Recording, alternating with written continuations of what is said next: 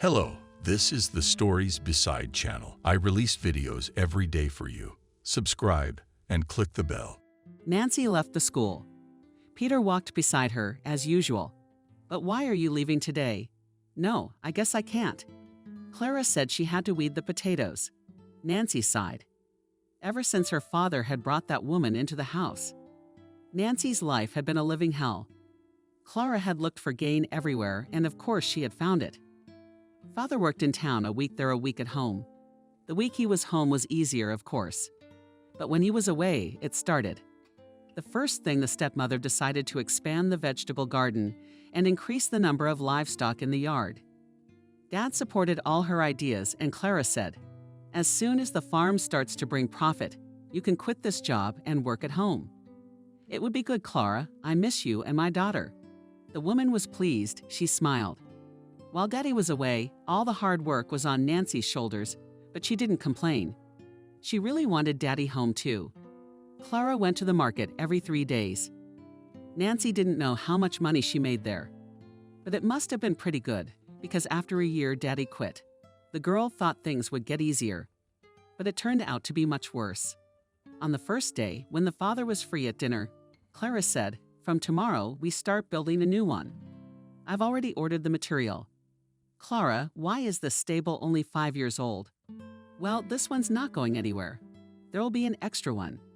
Father just sighed. Lately, they had only numbers instead of love in their eyes. Then he built a stable and a barn and a chicken coop. But Nancy began to notice that her father smelled more and more of drink. And there was such sadness in his eyes. Clara shouted she could warm him with a broom, but he kept drinking milk. Very soon, all the hard work again fell on her shoulders, because her father often could not do anything. The village grandmothers sighed. Such a man was ruined by his rubles, not a woman. Clara knew exactly what was being said about her. She argued and fought, almost throwing herself at everyone. Pretty soon, people in the village didn't even say hello to her, and she didn't care, to tell the truth. She didn't take anything from anyone. She earned everything herself. All the alkies and idlers, let them bite their elbows in silent envy. "Peter, you're not going to win a gold medal anyway." Nancy waved her hand. "Why do I need it, this gold medal?" "To put it in my room and admire it." "You wanted to go to college, didn't you?" "Who's going to let me go to that institute?" "My father on his hands and knees. Every day on the farm is huge." She sighed. Peter looked at her in amazement. "Nancy, what's wrong with you? You're out of your mind. You're the best in the whole school." "You wanted to be. How could I?" Nancy looked up at the sky. "It's okay. I'll get over it. Most people do. They get married, have kids, take care of the household. It's a different time. Peter, leave me alone. It is better to tell your grandfather how normal limping and a little so good." Nancy smiled. A week ago, a terrible event shook the village. It had long been said that the wolves were coming too close to the village, they said. But it's no use. They had a forester. If you could catch him sober once a week. They hoped that nothing terrible would happen. They were wrong. One night, the wolves swarmed the neighbor's fence and tried to take the dog off the chain. The owner jumped out. Neighbors. And Peter's grandfather, who is 100 years old. One didn't hesitate. Immediately grabbed the barrel from the wall. Yes, also in the yard to grab who grabbed? But only age gave its own way. The grandfather got confused and swung at the wolf in his leg. It's good that it only hit the soft part. But the rumble scared the wolves too. As they say, it was both a laugh and a sin. The grandfathers treated the whole village. Peter had only his mother and grandfather, so there wasn't much wealth. Everyone carried something tasty or useful to Grandpa Nick, who sacrificed himself for the sake of the rescue. Only one family was left out, and that, of course, was Nancy's family. Clara immediately said, "Well, if a man is a fool, it's forever. There's nothing to jump around like a young man at that age." Papa was as usual under the influence, and Nancy wouldn't even try. She was never listened to at all. "You told your grandfather to correct himself. Listen, Nancy, which field are you going to weed?" "The farthest one, the one behind the village. So let me come and help you." "Don't, Peter. No need." Don't you have your own things to do?" Nancy said she realized that Peter would come and help, and they could spend the saved time on the river. And it made her so happy. And it appeared that you were all with Peter and 3 horses. You'll be on the street in no time. If you were a person, you'd be a country bumpkin nobody needs. Wouldn't you look at normal people? Nancy didn't even pay attention.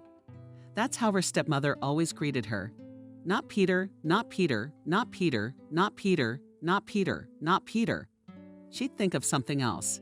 No matter how Nancy arrived, she'd be bombarded with accusations from the very doorstep. What she's hiding? Your daddy dragged your drunkard around on his back. Your back is gnawing at you too. Don't even think about it. Don't forget you're on potatoes. I remember about your potatoes. Nancy couldn't hold back any longer. She wanted to shout and stomp her feet, but she realized that the task would then fall on her head even more. Why is she mine? Are you guys eating with your daddy? Or maybe you eat air? Clara put her hands to her sides. Nancy realized that a scandal was about to break out, and it would look like a one-actor play, so it wouldn't come to that. She decided to take no offense and go straight to the field. Quickly, she changed her clothes. As Clara positioned herself and stepped out the door, she was already on her 3rd furrow. When did Peter show up? Not alone, but with his grandfather. Good health and truth. Hello, Grandpa Nick. How's your leg? What's it going to do? She walks more out of habit than anything else. She's long forgotten what pain is. Why is it walking and not like this in this heat?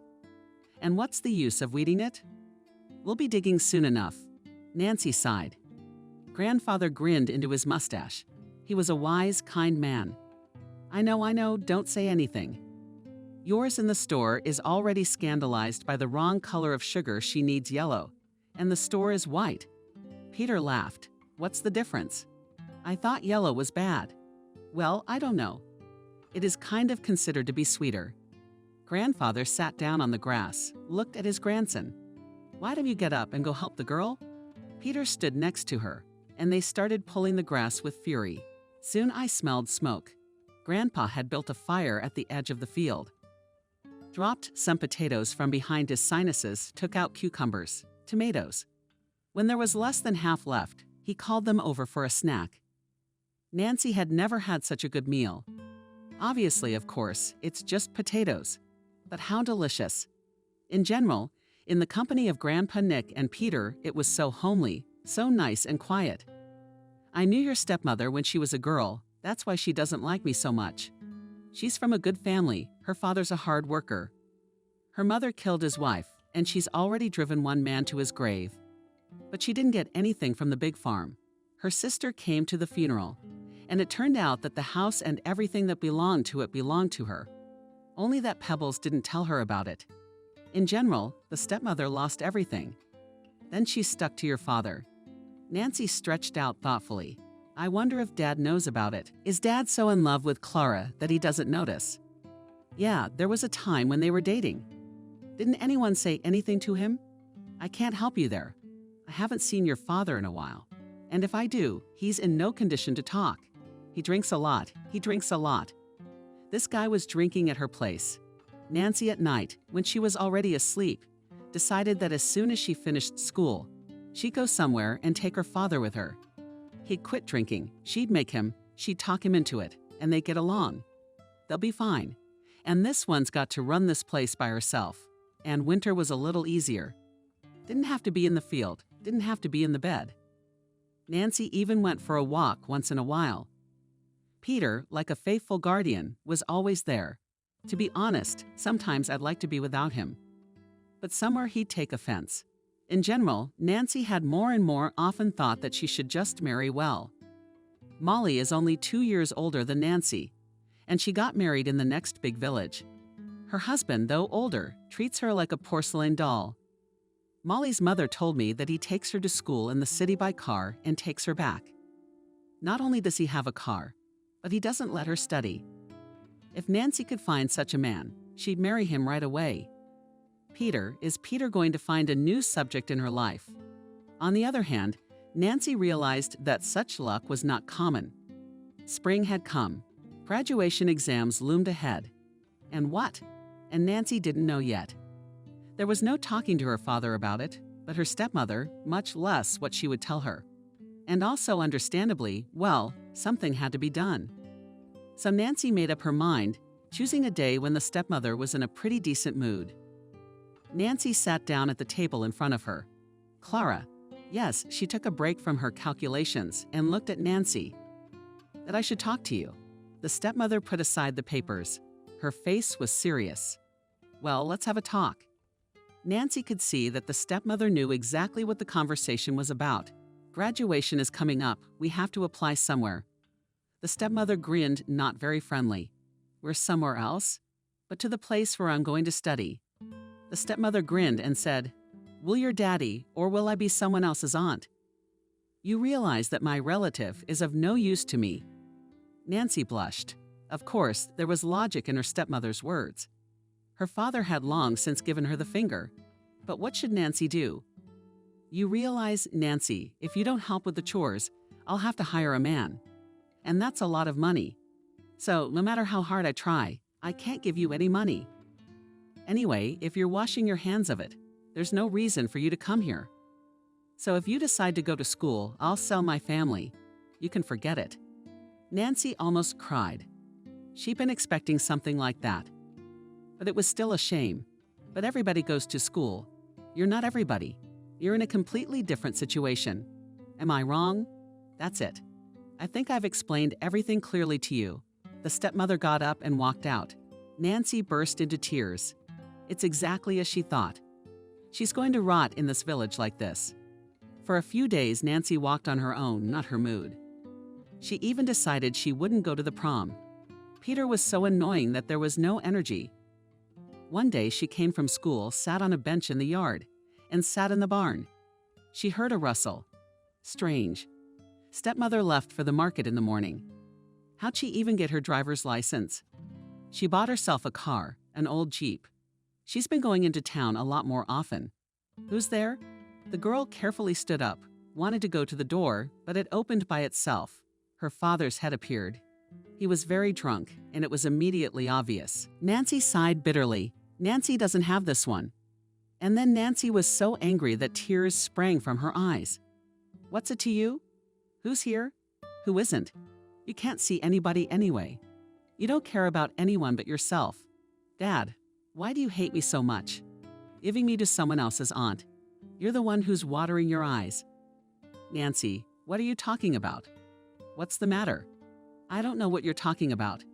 What am I saying? You know that everyone will go to school after high school. Your daughter will continue to clean cow's dung because Grandma doesn't want to do anything. He's more interested in drinking every day than thinking about his daughter. Nancy, wait, and don't cry. But the girl had already run into the house. Kevin sat down on the bench where his daughter had just sat and stared at himself. What a headache from all sorts of thoughts. The man raised his head and saw Grandfather Nick at the gate.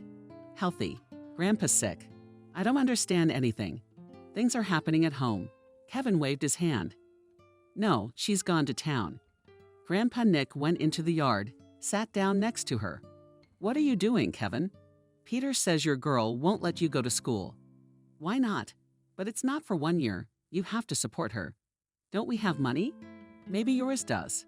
But I don't think you do. So what's the deal? Kevin lowered his head. He'd been tempted to come out of the barn just now.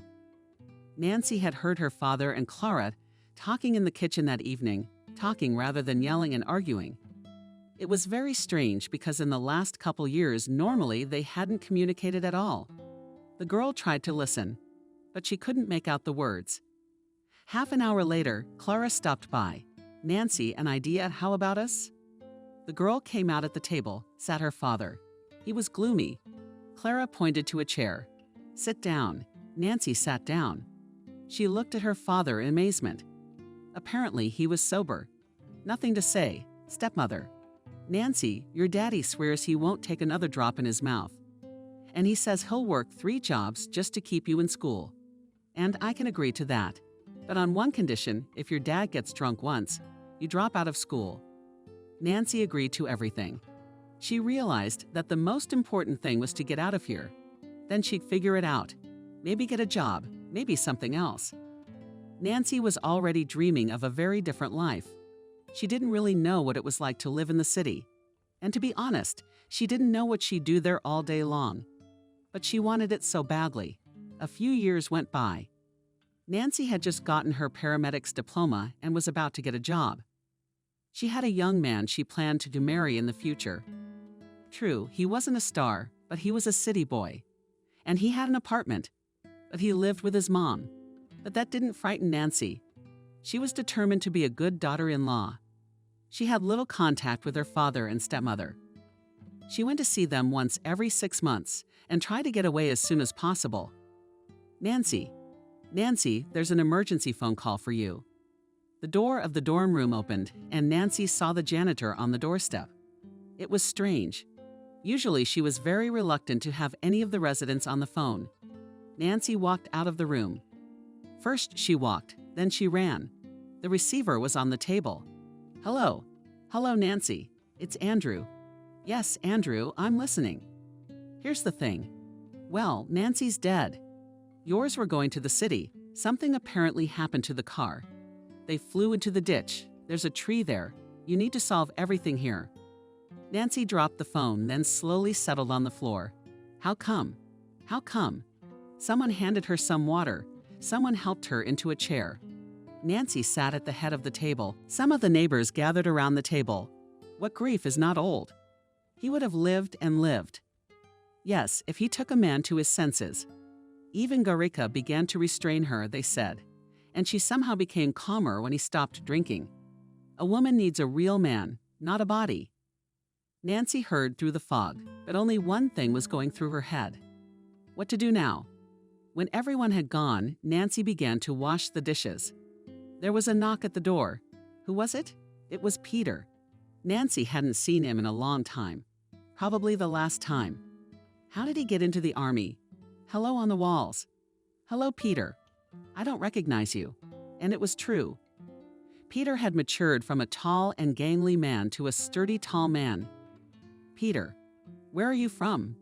Yes, I came to see my mother. She said you're here to drop by. Peter sat down at the table and looked around the kitchen. Well, it's you. I'm sorry for your loss. Thanks, Peter. She finished cleaning up, looked at him. Would you like a drink?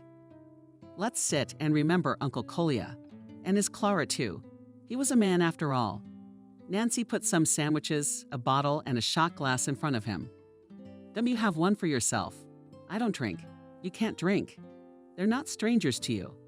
Have a little drink and you'll feel better. I'm telling you. Nancy sighed and put down another shot. She tried it with the girls in the dorm, but it hadn't worked. Nancy, it didn't taste good. Nasty. You haven't smelled it. Drink as much as you can in one gulp and don't breathe. Pick a snack or some compote. Nancy did just that. The aftertaste wasn't great, of course, but it wasn't as bad as before. And after a few minutes, she felt her muscles relaxing, getting lighter. So let's do it again. Come on. Nancy woke up with a wild headache. She had absolutely no memory of going to bed last night. I turned my head and was amazed. Peter was sleeping next to me. Shit. What a funeral. She was out of her mind. The most frustrating thing was that she couldn't remember anything. Peter. He moved and turned to her. Nancy, but you're a fire. I tell you, you should drink more often. Peter, get out. Now before the village gets up and you what? I'm an adult. Go away. I'm begging you. Nancy didn't know what to say, so she blurted it out. I have a fiancé. Peter's eyes narrowed. A fiancé, you say? Why'd you jump into bed with me? Yeah, I'm the one who jumped into your bed. All right, I'll be right out. Peter got off in 2 seconds and walked out. Nancy cried. She didn't want to. She didn't want anything. After her childhood friend left, there was a lingering residue on her soul, as if she had wronged someone undeservedly. In the morning, Nancy went to the cemetery, sat on the fresh graves for a while. She cried, and on her way back, she saw Nick's grandfather. He was obviously waiting for her. Hello, Nancy. Hello, Grandpa Nick. I wanted to talk to you, Nancy. The girl blushed thickly. Old man, I haven't slept at all. Not at all. But I haven't slept today either. You know Peter is mine. I saw how he jumped out of your arms. He's going to town today. Mother's crying, and my heart's breaking too. He came here and promised to stay. What happened? Nancy. What could Nancy say to him? She thought that if she told him everything, all her dreams of city life, would come to an end. She loved the country, of course, but not so much that she couldn't even try to leave. And on the other hand, Peter, he had become such a city girl, her suitor was nowhere near him. Grandpa Nick, nothing happened. It was just sitting around. Nancy walked around the old man and down the path. She could feel his gaze burning her back, but she didn't turn around. 3 days later, she was leaving. She'd seen a glimpse of Peter still here, so she calmed down. Well, good, as much as she doesn't like him. And to connect her life with him she does not want. She knows him. Counting from diapers, what can be interesting in him? She's already packed her things and checked everything. What's off? What's not? Behind the household while the neighbor watches. Nancy promised to give her a young chick for it. The neighbor, the mother of the Molly that Nancy had once invited, sighed. Don't you worry, Nancy. I'll review everything. I'll do everything. Ninka will help. For the tree. Thank you. It's not easy for us right now. Molly, is Molly here, Nancy? Where would she be? She was married. You said it was fine. Aunt Kathy waved her hand. What was I supposed to say? That I got married over the summer, and there wasn't a day that went by without a beating. But I'd put up with it as long as I could. Then I had the baby in my arms. We barely fought off the bastard. Nancy was confused. Molly's life had been an example to her for so many years, and now this revelation. The neighbor left. Nancy sat down in the driveway. Nancy, that was Peter's voice. Is something wrong? She ran outside. Peter was almost to the door. Nancy, Grandpa's sick. Help me. It's the paramedic. Our paramedic's on his 3rd day. Nancy rushed into the house, grabbed the first aid kit she always carried in her bag. Didn't even lock the door. So she ran. Peter was running beside her, and he said he'd been pale in the morning, breathing hard. And at lunchtime, he got up from the couch and sat down again. I asked him what, and he just waved me off. He's not feeling well at all now. Nancy, help me. She stopped abruptly, so much so that Peter ran into her, because I'll do what I can, but you have to understand. How old is Nick 94's grandfather? He sighed like he was going to cry. Nancy silently skipped onward. Grandfather was very ill indeed. He was lying on the sofa and breathing with difficulty. Nancy immediately realized that he had a heart attack. She crouched down beside him and rummaged through the medicine cabinet. An hour later, he was feeling much better. Grandpa Nick, do you need to go to the hospital? I'm not going anywhere. That's all I need. I'll die at home. Grandpa said indignantly, What do you mean, die? Get those thoughts out of your head. Grandfather grinned, looked at his grandson. Do you think that at 94 life only begins? No, grandson. Everyone has his own destiny. And it's foolish to try to cheat fate. I've had a good life. Guys, everybody who's turning 70 has already cleaned up. Nancy and Peter went outside. Peter, I don't know what to do. To be honest, Grandpa Nick's condition is not good. He's not going to the hospital. I know my grandfather. Nancy looked at Peter, realized that he really cared about his grandfather. But you say the paramedic is drinking, and I have to go. Go. Peter wouldn't look at her. Peter, but I really need to go to my new job. No one's waiting for me. It's not like I'm holding you back, and I understand. Thanks for coming to see you off. Did Nancy shake her head? No, you don't have to. Go on then. There's a bus in an hour. Nancy walked down the street. After a minute, she turned around. But Peter was no longer in the yard. For the first time in her life, she wanted to stay in the village. She walked around the yard, figured out the dog behind his ear, then sat down on the bench. What am I going to do? She sat like that, looking at her watch. The bus had long gone. And what will she go tomorrow? Talk to Andrew, tell him what prospects in the village. And there's no problem with money here. What a farm she has. Nancy didn't know whether she was doing the right thing or not, but she had to decide something. She went to bed with a heavy heart. In the morning, she decided to go. What to do here? When the bus came and she got on, she saw Peter running to his house. Then he immediately closed his eyes again.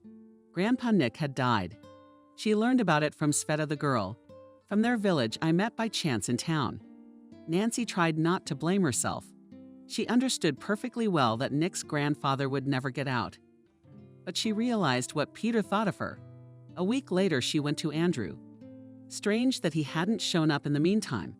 His mom opened the door. Nancy hadn't seen her yet, and to be honest, she kind of scared her right off. "Hello, Andrew's home. Who are you?" "Not Nancy." "Nancy." The girl tried to smile. "You shouldn't come here anymore, Nancy." Andrew met a nice city girl. Well-mannered. She was taken aback. "What do you mean, met?" He knew I was going to the funeral. But he knew what. "Tell me what you can give to your family. You don't have a job yet. No parents to help now." Nancy even began to gasp for air at such accusations, then spoke out. "Well, yes, I guess it's nothing you dream of, is it? But only if the house I've got is worth more than your apartment or the farm, for which I got a very large sum. But you don't care about that now, do you? Goodbye." She ran downstairs. Tears rolled from her eyes. The steps merged into one. That same day, Nancy threw all her things into a suitcase and left for the village. Yes, fuck it all. People live in the village, especially with her profession. In the evening, someone knocked quietly on the door. Yes, there was Andrew. "Hello, Nancy." She threw herself on the back of a chair and looked at him with interest. God, what did she see in him? He was a skinny, long guy with glasses. Pale hands, pale forehead, sweating all the time. She's like her mom said, "You're letting out a rich bride." "Why would you do that?" "I just missed you." "I missed you. That's good."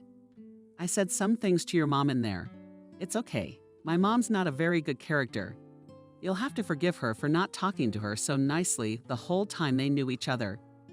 Nancy suddenly burst into tears. It's a shame. Is she so ugly that you can love her for her inheritance? "Andrew, you see, what's the matter?" Nancy looked at Andrew, who was sitting on her bed, and grinned. "You're a very good man. Do I need you that much? I inherited a lot of debt." Andrew from the villages. "What debts?" Nancy's getting a little carried away. "What kind of debts?" "Strange. That's strange." "Andrew, it's nothing. I just remembered I have to go somewhere urgently. I'll meet you tomorrow." He quickly sneezed on those slits and vanished. There's no other name for it because Andrew never stalked. In fact, he looked more like a ghost.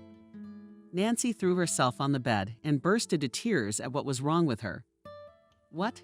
She'd gotten a pretty good education, so she fell asleep and thought. In the morning, I packed all my things. She got on the bus.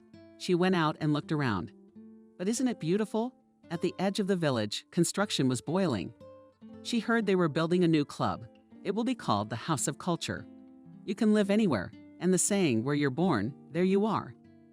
You shouldn't forget it at all. She entered her yard and left the yard with new eyes. That's good. There's the house. I haven't seen Peter Nancy. She'd walked by their house a few times on purpose, but he either didn't see it or didn't want to come out.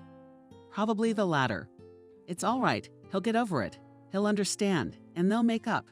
Nancy realized more and more every day that she wanted to be with him, wanted to live together, to have children together. 2 weeks passed. During that time, Nancy sold most of the farm, keeping some for herself, of course. She also became very good friends with Molly. They hadn't talked much before because Molly was older. Nancy didn't recognize her at first. Skinny, kind of brooding, but then she got over it. They got to talking. One night when they were having tea, Molly asked Nancy, "What do you think of the job?" "I don't know. I'll have to go to the headmaster, see what he suggests, or the nurse's station." "There's a paramedic." Molly laughed too. "What kind of paramedic is he?" "Well, you know, it's embarrassing to put a man down like that. Stop thinking about people. They're alcoholics about it." All night Nancy thought about it. It's true, nobody thinks about her. Why should she? Especially since Molly's right not to. In the morning, she picked up her papers and headed for the office. Andrew used to be called chairman, but now he's a director. What difference does it make, really? He was the one who dealt with all matters in the village. Oh, Nancy, they told me you were back, and I thought it was for good. Or is it business? Business, Andrew. It's about the principal's job. Rubbing my hands together. So you're back for good, not running away. Yeah, it's not in the plans yet. He looked at her real hard. See, I'm gonna hire you now. You later. Come on, Andrew. I'm not 18, I said I'll be here. After an hour of negotiation, when the acting paramedic was called in and sprayed around with fumes of booze, he thanked her profusely for getting rid of such a responsibility. Nancy received the keys to the nurse's station in her hands. She stared at them in amazement, but she was a real person now. Straight from the office, she went to the nurse's station. The grass is higher than the fence. The path is narrow to the door. Yeah, the old paramedic didn't bother much. Nancy's had enough and rolled up his sleeves. Now she can do what she really needs to do. No one showed up at the nurse's station. At least 2 weeks. Dust lay everywhere. The few instruments that had been messed with piled on a table. An hour or two later, the door opened and Nancy heard Molly's voice. Nancy, are you here? Nancy looked out here. Where else would I be? Molly laughed. Oh, I can't. Have you seen yourself? Nancy wiped the streaks on her cheek, fixed her hair, which immediately jumped back into free flight. Come on, neighbor, help me out instead of laughing. It's a two-handed job. The work went faster. By evening, the insides of the medical center were shining and glistening. They walked out. Nancy sighed tiredly. I'll have to put all this beauty out tomorrow myself. Listen, ask your mother if you can plant any more flowers now. I will. We'll have to ask the men to mow. I don't want to ask anyone myself. In the morning, Nancy got up early, gave her a cow, put her out in the herd. She was immediately surrounded by the village women. Nancy, is it true you are a paramedic now? She smiled, isn't it true? And that every day you will work and even come like that. Today she put on more orders. And from tomorrow, you're welcome. Just think, just a little while ago you were a girl running around. And now you're a doctor. It's crazy. Nancy, it was nice to hear all that. She was starting to feel proud of herself. I mean, what did she need in that town? She's got everything. A big house, good money, a job. And if she works hard, she'll get a lot of respect. And then maybe Peter will hear about what she's like. And he'll come to her. Nancy realized that they were adults, that they could talk. But she knew Peter well. He wouldn't be the first to talk. On the first day that the nurse's station was to be open, Nancy, before she reached it, saw a crowd of old ladies outside. She realized perfectly well that today she would have an exam. There was no other way to call it. And of course, everyone got sick all at once. Molly, who was walking next to her, she was taking her daughter to kindergarten when she whistled. Well, friend, you can't get it all sorted out by tomorrow. Nancy smiled. It's okay, I can handle it. By lunchtime, the line had visibly settled down. Nancy could feel her stomach rumbling. Her patient heard it. When did the appointment end? She came out and said, Takshi. Our doctor's tummy's already rumbling. Give me some tea at least, girls. Everyone agreed without complaint, for which Nancy was very grateful to him. Half an hour later, she looked out into the corridor a little more rested and cheerful. Who was next for health? By evening, all the old ladies went home satisfied. The director dropped by and asked if he needed anything. Nancy, with a nice smile, handed him the list and added that it was very urgent. The principal looked perplexed at the double sheet, which had been and written off on all sides. What is all this stuff anyway? Yup, everything, nothing could be left out. He scratched the back of his head. Didn't I overreact by putting you in Peter's place? Nancy remained silent. Andrew sighed and walked out. She never saw Peter again. Then Molly told her he was working on some city job, felling timber into plots.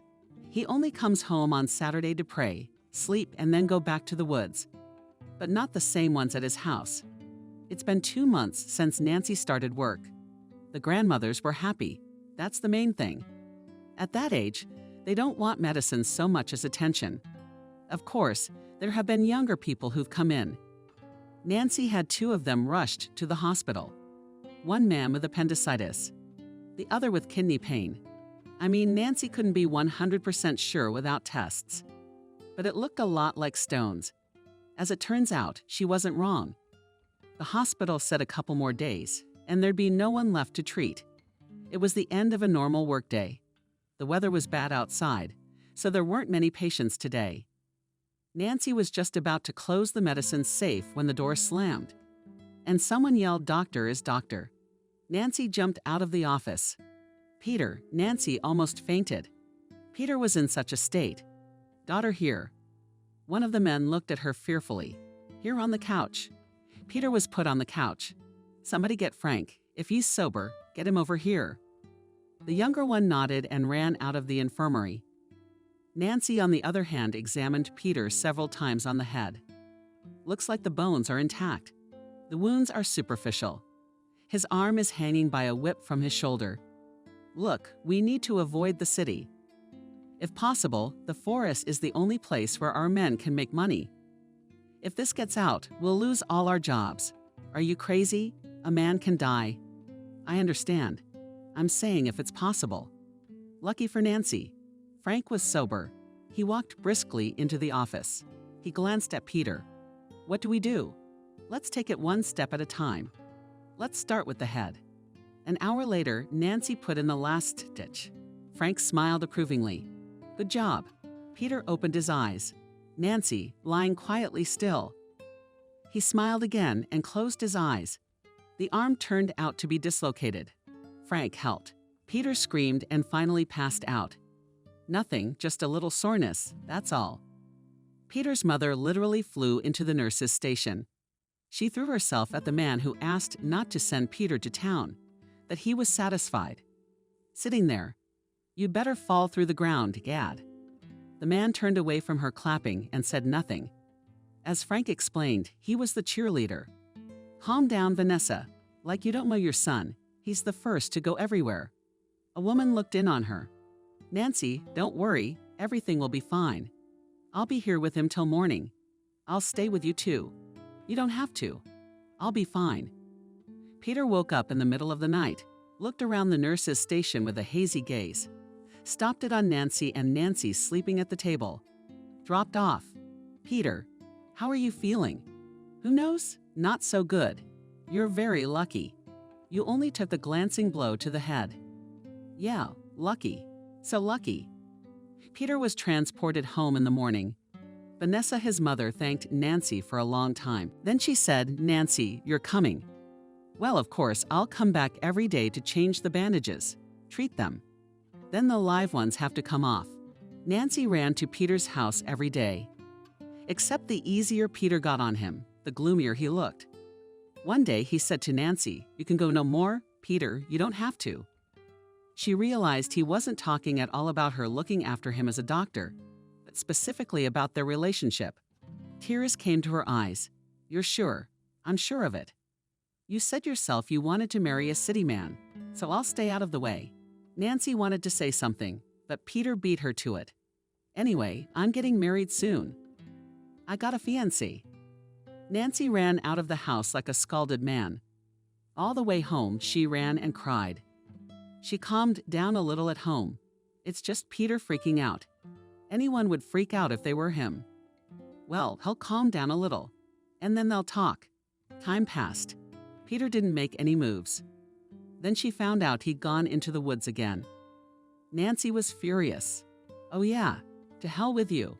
William's been after her for a long time. The boy from the neighboring village. She'll get Peter." A day later, William showed up with a chocolate bar. He sat in silence. Then he said tomorrow's a day off to the club. "Some artists are coming. Why don't we go?" He said he was hopelessly sure he'd be turned down. "Shall we go?" William jumped, didn't he? "I'll pick you up at 6 o'clock tomorrow." "All right then." Nancy felt absolutely nothing for William, not disgust, not sympathy. It was just the man and the man and the man. All that was on her mind was Peter. Had he really told her the truth? No way. He was just trying to annoy her. Nancy was sure of it. It was all right, Peter. She could be angry too. Of course, she knew perfectly well that it was all a kindergarten, but she couldn't help it. It wasn't nice to William. She didn't promise anything like that, though. He didn't say anything like that. He invited her to a club. She said yes. William knocked on the door. Minute to minute. Nancy wasn't quite ready yet. Yeah, come in. He went in, took a look around. It's quite a place. Even bigger on the inside than it was on the outside. Nancy laughed. That doesn't make sense. A house can't be bigger on the inside than it is on the outside. William smiled too and touched the big TV. Do you have a household too? I do. What's a village without a farm? A big one. No, a couple of piglets, a cow, and some small things. The man looked at her with admiration. How do you manage? Nancy laughed. What's a farm? Tears. We used to have a farm. You could drag your feet. You probably know that yourself. Know how. Are you sure? You're not from our village. William sighed. I am. My mom managed to give birth to me. 4 houses left. No road. So we'd sell the house and move somewhere closer. The man laughed. Who needs it in that remote area? It's almost 7 kilometers to work. Nancy sat down in front of him. But we have to do something. Go to Grigory Andreevich. William waved his hand. Went more than once. You know what he says to me? He says that in my family there is only one worker. It's not profitable to give a house. It's better to give a house to a family with several workers and children. Nancy shook her head. On the one hand, the director could be understood. But on the other hand, what should people do?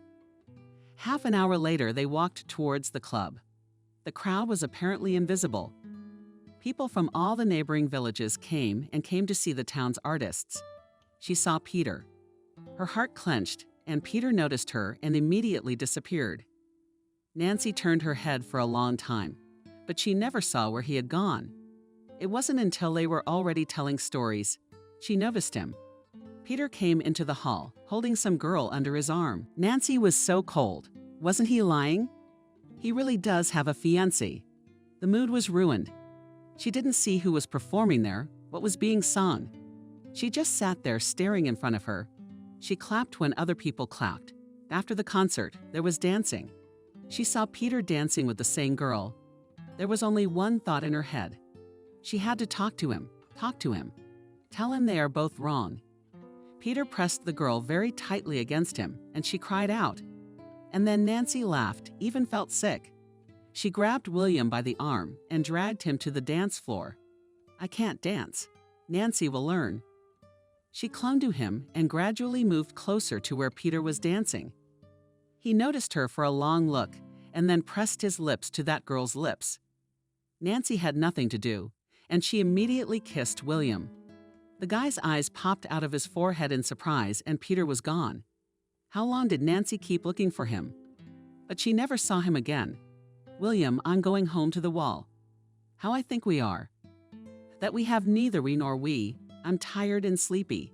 Can I at least walk you home? No, you can't. I just want to be alone. I see. Nancy realized she was being undeservedly rude to the guy, but she couldn't help it. She walked down the street. It was quiet, nice. Occasionally someone's dog would start barking, but they quickly calmed down. Nancy went to her wicket, sighed, pushed it open, and fell into someone's strong arms. What a bird. Peter, did you scare me? It's gonna happen. Peter smelled strongly of booze. Are you drunk? Go home. No way. How am I supposed to go home when you've been tailing me all night on purpose? Peter, what's wrong with you? He held her and wouldn't let go. Then he looked at her. I missed Peter. Nancy got scared. Peter, please go home. He picked her up in his arms and carried her towards Sarajevo. Peter, please don't, please, you don't have to be so loud that a respected paramedic is caught doing something indecent. You and I are about to engage in some very indecent activities. Peter. She resisted as long as she could. But Peter wasn't rude, he was just persistent. Toward morning, Peter silently got up and slipped out of the barn, but never said a word to her. Nancy had so hoped that now they would all finally talk and work things out. She could see that he cared for her. He's just made up his mind about some nonsense for some reason. But it's all right, she'll go and talk to him. And all day Nancy lay on the sofa. Decided to give herself a real day off. She slept in. Got up in the evening, made a salad, and collapsed in front of the TV again. The next day, almost as soon as Nancy got to work, William showed up, holding a bouquet of asters that grew in every yard, a solemn expression on his face. "Nancy, how have I missed you?" Nancy cocked an eyebrow in surprise. Then she remembered how she behaved with William, and blushed. It wasn't really his fault. She and Peter had brought him into the game. "William's not very nice, but no. But my mom's expecting us for dinner tonight. The principal has authorized the car to be taken after work."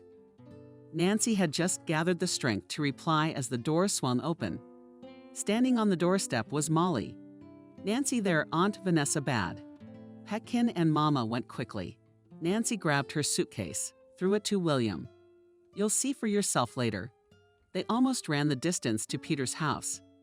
Molly told stories along the way. Peter was leaving in the morning, she and her mother.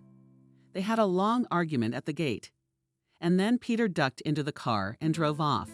Where did Nancy go? Where? Where to work? I don't know where, but apparently for a long time, because she had her suitcase with her. Aunt Vanessa sat on the bench with her head bowed. Mom says she thought she was crying. But she just sat there and sat there. So she ran to her, and her eyes were closed and her lips were white. Nancy Chegal was almost on autopilot. How could it be? How could he just pick up and leave? What about her? She refused to believe that Peter had run away again. Well, it can't go on like this forever. Aunt Vanessa really wasn't well. She tried to say something, but Nancy could already see that one side of her face was twisted. She gave her a shot, then another. "Molly, run to me, call an ambulance. Say stroke. Tell them I asked them to call. There's a number taped to the phone." And Molly looked frightened at Aunt Natasha and rushed to the station. There at the gate stood a confused William. "What's there, Nancy soon?" "What Nancy? A man is dying there." Molly waved her hand and rushed into the room. By the time the woman was taken away, there was a crowd outside her house. "Molly, look after mine today." "I'll go with her." "Sure, Nancy, no problem. But what about you?" "Figure it out." "Andrew's here." "Go, Nancy." "How's the freebie?" "Call me at home. I'll send a car to pick you up." "Thanks a lot, Andrew." Nancy stayed in town till morning. Toward morning, the woman started to feel a little better. "But you're a medical professional. You must realize it's too early to make any predictions." "Let's hope the woman is a country woman, a sturdy one." Nancy looked at her watch. She was catching the first bus to the village. That would do it. At the same time on bus 1 and 3 will come again. The first person Nancy saw as she stepped down from the foot of the bus was. It was Andrew, the last person Nancy expected to see here at all. "Nancy, I've been waiting for you for a hell of a long time." "Andrew, what are you doing here anyway? But you're missing." "So I figured. Wait, you're supposed to be marrying a city girl who's no match for me." He wrinkled his nose crankily. "Stop it. It doesn't suit you." "The marriage didn't work out because. Anyway, it doesn't matter. It's like you're not happy to see me." What should Andrew squint at? "How fast have you changed?" "Andrew, what does it matter if I've changed or not? You have no business being here." She wanted to walk past, but Andrew walked beside her. "Nancy, I get it. You're hurt. You're angry. All right, I agree with you. But I think we know each other well enough to overlook little things like arguments." "Andrew, you really don't get it, do you?" Nancy stopped. "You can go back to your town in peace." "Nancy, what?" "I think we'll at least talk. Are you giving me tea?" "No, I'm not giving you tea." "Nancy, I'm having difficulties. And I don't need support both mentally and financially." Nancy squinted angrily. "It's what they would go for you, Andrew, along with your mommy." Andrew stopped smiling too. He was just about to say something when a car stopped nearby. "Nancy, trouble." She turned around. William got out of the car. "William, it's just hooked up and it won't go away." William quickly stepped between her and Andrew. "Young man, you don't understand. You were told to go where you were going." Andrew spat. "You'll regret it," looking for shelter. Andrew turned around and walked away, and Nancy even gasped with indignation. William turned to her. You're not a cow. You're very beautiful, Nancy. When we go to meet my mom. Jesus, William, you too. Nancy turned and rushed toward the house. William gave her a long look. 3 days later, Nancy went to the hospital again. Aunt Kathy brought some honey and a piece of homemade cheese. Say hello to Vanessa. Let her get well. Don't spoil herself. Okay, Aunt Kathy, I will. Nancy pushed open the door to the room and froze at her mother's bedside as Peter sat gently spoon-feeding her. Hello. He glanced at her briefly, nodded, and continued to feed the woman. Nancy walked over and laid out on the table everything she had brought. So how are you guys doing here? Aunt Vanessa smiled. It didn't come out very well, though you could tell she was smiling. Kathy sent you a reply and said she was correcting you. More like a nod. Peter left the room. Nancy sat for a while and then scrambled out as well. She saw him at once, came over. Thank you, Nancy, for Mom saved Grandpa wouldn't, but Mom did. Peter, Grandpa couldn't have been saved. Believe me, you didn't try, you just left. See how you don't understand. How can I explain it to you? Even if they had taken him to the hospital, he still wouldn't have recovered. And I don't want to hear anything. Peter, Nancy, and I took 2 days off. I'm leaving again tomorrow, and I won't be back for a long time. Peter, what's it got to do with me? But I love you. Peter grinned wickedly. Well, you'll love someone else. It's the truth. Peter is family. And I'm leaving tomorrow, and I don't care what you're telling me right now. I don't believe you, and I honestly don't want to. Peter got up and went to the hospital. Peter, stop. He didn't turn around. She drove home, and not a single tear came out of her eyes. She got off the bus, walked to the house, and there was someone sitting on the bench at the gate. Nancy sighed. It was William, and apparently his mom. Well, apparently it was her fate that Nancy put a smile on her lips. William rushed towards her. Nancy, you forgive us, but you never have time. Nancy held out her hand in response. Nancy, come on in. As they walked through the yard. When they entered the house, Camille gasped. How big was this place in the city? Not everyone has one. Nancy turned with a smile, so there's not much room to swing in the city. They're small apartments. You're right. Nancy, what is there in the city if you can live as a human being in the countryside? Nancy threw off her jacket and began to set the table. She was in the mood to rip it off and throw it away. And then she remembered that one of the patients had brought her a beautiful bottle, saying that relatives had brought it from the south. She remembered how relaxing it was and quickly found it. Put it in the middle of the open table, looked at them, who were all looking at the house. Let's get to the table. Hungry everyone. The woman looked around. Oh, so many things to eat. Don't be shy. What's this? This is cognac from the south. I've never tasted cognac. For almost an hour, they talked about nothing, about the weather, about nature, about potatoes not being born. Then Camille, when apparently the cognac had done its work, spoke on the right subject. You on the walls, you realize that you are no longer young for the village and generally considered an old diva. As it happens, her William mine was almost 30 years old. Camille banged her fist on the table. William jumped up. Mom kept her voice down. Nancy watched the woman with interest. William just didn't know where to put himself. And Camille continued, you should be alone. Especially since my William has fallen head over heels in love with you. And you're a girl with blood and milk, with a respectable job, a house and a farm. There's a lot of independent women like you nowadays. Anyway, you should get married. She said it like she was making a point. William sat there red as a crab.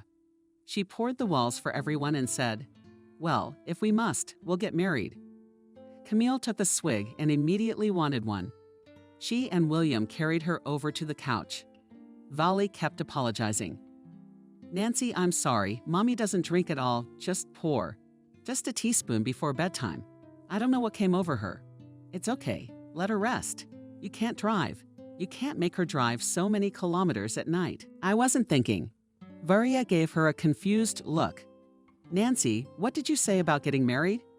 That's what I said. You want to marry me, don't you? Very much. Tell me honestly, is it for the house or not? No, Nancy, it's Mom who's always looking for an advantage. That's all. So she's starting to get ready for the wedding. Nancy S. threw the dishes in the sink. I stood there, thought about it, and decided it would help in the morning. What are you standing there for? Let's go where? What do you mean? Where to sleep? Just like that. Well, you can wait till the wedding if you want. She went to her room and William, as if he'd realized it, ran after her. In fact, Nancy realized that she was doing it because of the resentment she felt toward Peter. But she said to herself, it's all right, or so Peter told me quickly. Soon William showed up. Of course, even with his eyes closed, it was clear that it wasn't Peter. Valley turned away and drank, and she lay staring at the ceiling. The tears quietly flowed and flowed. In the morning, Nancy got up before everyone else. She quietly changed her mind. Dishes ready, put them away when she got dressed. Camille woke up as well. Oh, Nancy, how come I slept through everything? Where are you going? To work for breakfast. How are you getting home? Well, drop my keys off at the nurse's station. Well, whether it was on purpose or just a coincidence. But Camille showed up at the nurse's station just as it was getting crowded. Camille was sick. One of the old ladies came up to meet her, but you'd say she was sick. She brought the house keys to her future daughter-in-law. What daughter-in-law? Well, to which Nancy knows. You're lying, so our Nancy can marry your William. Why should I lie? You don't believe me? And the keys to his secret Camille went to the door of the study.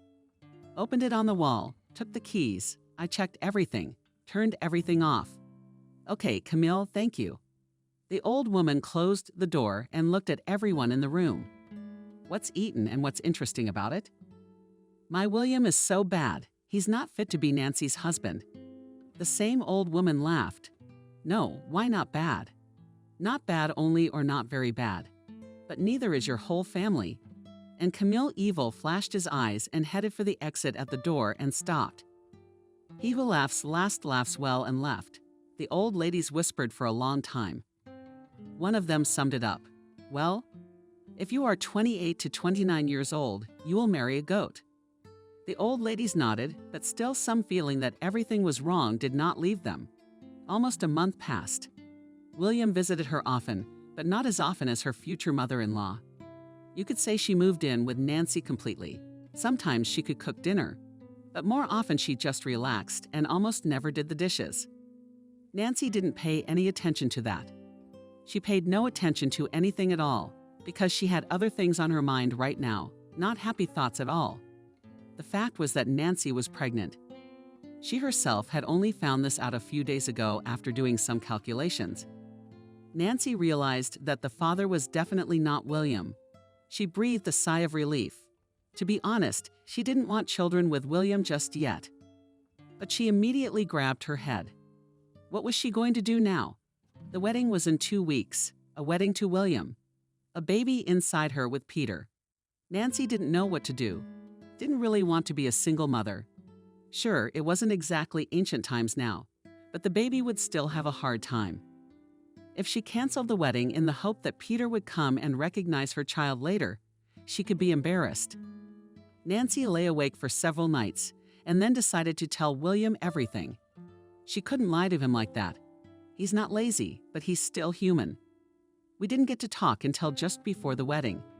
Camille kept close to them, living according to the principle that where they were, there she was. And I was always trying to teach them something. William doesn't need to talk to you. Let's talk. He came home from work and lay in front of the TV. A very serious conversation. William turned off the TV, sat on the couch. Is something wrong? Yes, Nancy sighed. You see, before you, I dated a guy. So we broke up. Then you got married, things got crazy. A few days ago, William got tense. What? That he's back? No, it's worse. I don't see how it could be worse. Worse for you. Anyway, William, I'm pregnant. Not with you. But I'm not terminating the pregnancy. Nancy blurted it all out in one breath and winced at how relieved she felt. William was silent. She opened her eyes. He sat silent, arms lowered listlessly. What's it like now? I don't know, William. I've told you everything. It's up to you. She left the room and then heard the front door slam. Apparently, William had left. Nancy sighed. Well, if he decided to call off the wedding, so be it. Only something told her he wouldn't cancel anything. William came the next day. Nancy, my mom, and I talked it over. Consulted who? Nancy thought she was going to faint at that confession. Mom, of course. You didn't want to lie to her, did you? No, but I thought it was our business for now. No, it's not. I mean, she'll think it's you. But well, that it'll be her own grandchild. Nancy sighed. Maybe he was right, but it was kind of gross, like getting dirty. So what did you and Mom decide? We decided you gave us no choice. Did that sound like that again? Not really, but Nancy just didn't know what to say. Nancy, let's just not talk about it. That's all. We don't know what's ahead of us. William, what do you mean? No, it's just that life is very unpredictable. It seemed like everything had been decided, but Nancy didn't feel very good about the conversation. They decided not to have a big wedding. Camille supported them in what? And rightly so, there's no money to waste. Better to buy something. Nancy grinned. Money, considering that it was mostly Nancy who was spending money on the wedding, was funny to hear. Of course, this was not at all how Nancy had envisioned the day from the wedding. It left the impression that they were just paying tribute to tradition. Nancy went back to work and William took a vacation. He said that first of all, he was tired, and secondly, they were obliged to give time off after the wedding. Nancy was already realizing that she was not going to break her leg very much.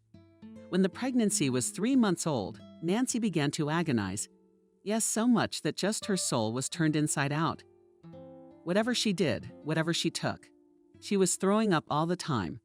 She had already pulled out all her textbooks, but she couldn't find anything. She knew it was common, something she didn't like. Please, I'm going into town tomorrow for 2 days. He's away from the TV.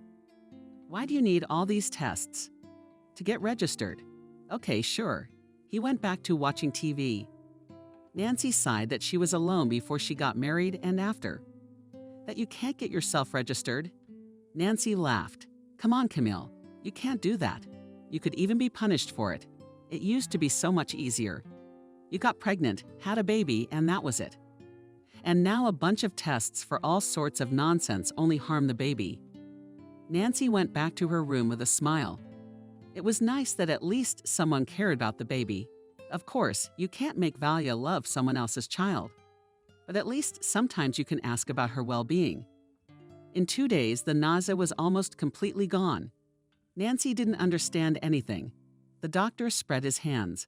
Look for a problem at home. Maybe food. Maybe country milk. You see, we can try to find the cause of what's making you so nauseous. But we'll only know that when you've had the baby. Nancy, and I knew it all too well myself. But try to ride to the city all the time is not good either. I just decided to be patient. That time would pass, and the nausea would pass. But I still decided to diet. Not to eat anything at all. What could it be? She came home. Her mother-in-law asked her what her tests were, what was normal, what wasn't normal. Only then did she let her rest. Nancy first wanted to go to her room, but then she decided to lie down on the veranda. It's a little cooler there. Plus the air is fresh. She was already starting to fall asleep. She heard William and his mother come into the kitchen. The mother was reading to William. Nancy was about to pull the pillow over her ears when she realized the conversation was about her. William, you didn't bring any wheat again. Mom didn't have time. Well, really, there's a whole wagon load of work to do.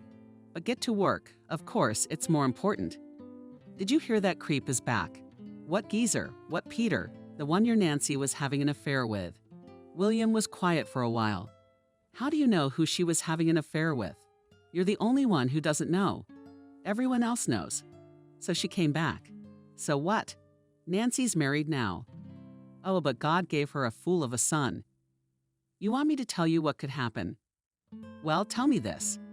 Nancy could physically feel her breathing getting heavier. Peter's back. It was a nightmare, but she barely breathed. And she knew there was a reason her mother had brought William into the kitchen. Her room was very far away, which meant that what they were talking about was not for Nancy to know. And then there was the grass. What kind of weed? Nancy, maybe with honesty. She told you she wasn't pregnant by you. Any other woman would have just kept her mouth shut, and you'd be raising someone else's child. But she's going to tell you because he's about to have a kid. Who knows how he'll behave, but it's obviously not going to do us any good. Option 1, he'll tell Nancy that since they share a child, they should be together. The second one is he'll tell her to fuck off. Then when the baby's born, he'll start making demands. Yeah, money grubbing. See, for some reason, Mom thought she'd tell him something. And then for some reason she thought it was going to be that bad. Because, son, I've lived. I also really don't want to go back to our house. Back to your meager paycheck and the basins in the rain. I don't know where you're going with this. Am I supposed to walk next to Nancy so she doesn't, God forbid, talk to him? You don't have to walk next to her. Just get your ass up and go get some weed. If you give her a little more, she won't just be nauseous anymore. Everything should be fine. Then if we don't abort, we'll be rid of this baby in a couple or 3 weeks. And no one and nothing, son, will stop us from enjoying life. Nancy procured the edge of a pillow to keep from screaming at what she had just heard. Her mother-in-law is poisoning her baby. What should she do now? Run to the neighborhood police officer? And how will Nancy prove all this? She's got no one to stand up for her. Something told Nancy that if she went out there and told them to get lost, no one would leave. What would happen to her was not so clear. She heard a truck pull away from the house. That means William went to get weed. She's got to get to the people, and then we'll see what happens. She slipped quietly out of the porch and walked briskly toward Peter's house. She didn't understand why. Though, of course, she realized that if anyone could protect her, it was him. But everything would have to be told. Everything absolutely. She yanked open the wicket, peeked out. No one seemed to notice her. Took a breath. Who are we hiding from? Nancy shuddered. It was a voice she would have recognized from 1,000. Peter, hello. I need to talk to you. My husband doesn't scold. And Nancy couldn't hold back any longer. At first, she just cried. And then she got really hysterical. Peter was looking at her terrified. Nancy, do you have him? That he's hitting you. I'm gonna beat the hell out of him. No, he doesn't. Then what? Let's go in the house. He took Nancy under his arm and quickly led her home. Aunt Vanessa gasped, Nancy, baby, what's the matter with you? Hold on, I'll get you some water. While Nancy sang loudly, banging her teeth against the edge, Peter and his mother and watched her intently. Nancy set the glass down, calmed down a little, sighed. There's something I need to tell you. Peter sat down on the chair in front of her. Go on then. I don't think the story will be too interesting. But go ahead. Nancy missed the moment when Peter put his mask back on. I don't care. Let him act however he wants to act. It'll only help. She sighed again. I'm pregnant. Peter smirked. That's very valuable information. Nancy sighed again. Not from my husband. It's from you, isn't it? He stood up, then sat down. Nancy, why would you do that? If you weren't married. But why would you lie now? And I'm not lying. But I didn't come here to tell you about the pregnancy. Right before the wedding, I told William that I was expecting a baby and that it wasn't his. He and my mom were deciding what to do, but they decided to let it be. I calmed down, relaxed, and decided that never in your life will you ever know you're having a baby. Peter clenched his fists but remained silent. Aunt Vanessa moved closer to her and stroked her arm. Don't worry. Tell me. Nancy somehow felt calmer, and she went on talking. After Nancy had finished her story, Vanessa said that her grandmother in Nice was a pain in the ass. Apparently, he only got it from her. After all, they want to destroy a living soul. Peter didn't get up from his mom. Not just a living soul. They want to ruin my child. Nancy raised his head. Peter, I don't want anything from you. I won't ask you for anything. Just help. And I don't know what I'm going to do. I'm just afraid to go home. But we'll talk about what happens next later. Right now, we have other things to think about. This is a very delicate situation. As you can imagine, it's no big deal. especially since the tests didn't show anything. There's no way to prove it. What's most important now? Vanessa's up. The most important thing is not to jeopardize the lives of the baby and Nancy. We need to save all these proceedings for later. That's also true. But we can't let them go unpunished either. You realize what they're doing is a real crime. I do realize that, but I'm not letting Nancy go in there. Mom, wait. Would you call James? Vanessa blushed. James had only recently come to their village. He had been in the militia, and when he retired, he had bought a house and left the city apartment to his son, who, by the way, also continued his work. Vanessa and James began a friendship and then a romance. They kept it a secret. James didn't understand why, though. Why do I have to go call him? Go get him. He's your neighbor, too. Mom, please go. He'll understand you quicker. Vanessa, I wanted to say something else, but I changed my mind and ran out the door. Peter moved closer to Nancy, took her lessons in his. Nancy, you hear me? Don't be afraid. Nobody's gonna hurt your baby. Nancy, even though I was very upset, I noted that Peter said yours, not ours. So be it. She doesn't care. The important thing is that no one threatens her baby. Nancy was sure she was going to have a daughter. 15 minutes later, Vanessa returned. She was accompanied by a distinguished-looking man. The girl had to tell the story again. There you go. I thought this couldn't happen in the village. So it's for the house, for the money. That's what they can do. The way I see it, it's not really about the baby. It's the house that's at stake. These guys are all over it. Is that what it is? Grass, you say. It's really not that hard to find out what she's getting. It's just that you need credentials. You sit here, I'll go get my son. Peter's up too. But how? We don't know anything from what Nancy says. James smiled. A good bloodhound. Everything will find weed, and it will leave its mark either in the car or at home or in that old house. He turned to Nancy. You better lie down, run, or better yet, sleep. All this won't be soon, and you need to rest. And don't go outside, all of you. God forbid they suspect anything, and that's it. We'll never find anything. Nancy lay down on Peter's bed with pleasure. Everything here in the room smelled, and they were so pleasantly exciting. Peter peeked in on her a couple times, but Nancy was sweetly asleep. It was as if she had stopped worrying. Realized that she was treated very differently in this house. It was voices that woke her up, and then a light flashed in the room. Peter stood on the threshold and smiled. Well, you get up to bed. You need to testify. They've already taken your relatives. Nancy sat up abruptly. How? Just like that. William came home. Mother's waiting. She says you're missing. So they went looking for you. They've got the whole place surrounded.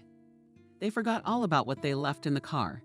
James says that wood only looks safe, but in the right hands it could be poison. Nancy, just bear with me. Answer all the questions. Okay, Peter. Is there anything else to eat? I'm eating out of my mind right now. I haven't eaten since this morning. He looked at her, then he laughed. Well, sure, we'll feed you. You have. 15 minutes later, Nancy was gnawing on a large tea sandwich and answering questions. She had so far refused to eat more serious food just so as not to embarrass the uniformed people, but she was already imagining how she would return the plate of soup that Vanessa was now sorting out. She went over everything one more time, answered a few questions, and the policeman left. After a hearty dinner, she felt sleepy again. I should probably go home. Now that I'm not nauseous, I'm hungry all the time, eating and sleeping. Vanessa laughed. That's normal, kiddo. You eat and sleep with us tonight. You can go home tomorrow. Peter nodded. You know, I'd love to crash on his bed again.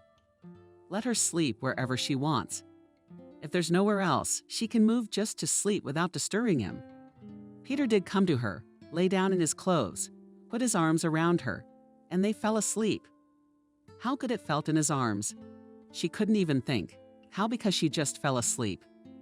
Woke up in the morning, he was gone. She goes into the room. There's a distraught Vanessa sitting at the table. Where did Peter go? He's gone like a tumbleweed again, honestly. He left like that, but he left a note like that. He wrote it.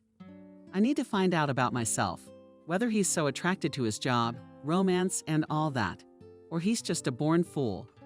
Nancy sank helplessly into a chair. She decided the night before that everything was going to be different.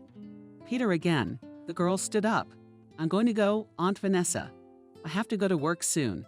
Are you feeling all right? Nancy smiled very well, didn't she? Here, take this with you to work. I baked buns and cutlets. Oh, you don't have to, I do. And remember, if my son is a fool. Do you have it? I got it, and I'm not leaving you. Nancy smiled sadly and walked out of the house. Vanessa escorted her out with a look. God, poor girl, she had been through so much. The time passed very quickly. Nancy had only been called to the police once, and then Vanessa and James had gone to court with her. In general, lately she had the impression that she had new parents, that Vanessa and her James were just a kite over her and fed her, constantly tried to see her off and invite her to visit. Nancy didn't resist. She was very much pleased. She had not heard from Peter, and she had given up waiting. She had enough to do. At the trial she felt sick when William and his mother began to yell at each other in public, and at her too. The girl's eyes went blurry. It was a long time ago. The trial ended without her. She called an ambulance in advance. As soon as the very first contractions began, I knew that as long as they would get there, and also the first labor. They brought her to a room with 2 other women. There was still time, and even though the environment and stomach pains were not conducive to conversation, they got to know each other. One woman came for her 3rd child and the other, like Nancy, for her first. The labor had gone well. An exhausted Nancy threw herself on the couch. The doctor said, "No, look, you're all from the same room. All the girls here still have a princess." Nancy smiled. She fell into a dream. Thought her princess would be the princess herself. The first one to be discharged was the one who was having her 3rd child. But girls, happily, I've had enough, and I wish you at least one more visit. Nancy laughed. Oh, let's get away from this rosebud for a while. Vanessa called at the maternity hospital. Every day she had come twice already. She was so excited that Nancy almost cried. Well, my princess, home tomorrow. The baby wrinkled her nose and Nancy laughed. Vanessa and James will be coming to pick her up tomorrow. The weather in the morning was as if it had heard that the happy mommy was being discharged from the maternity hospital. It had been pouring rain for 10 days at least. It's sunny this morning. Look at the weather. She was packing. Nancy came to pick you up.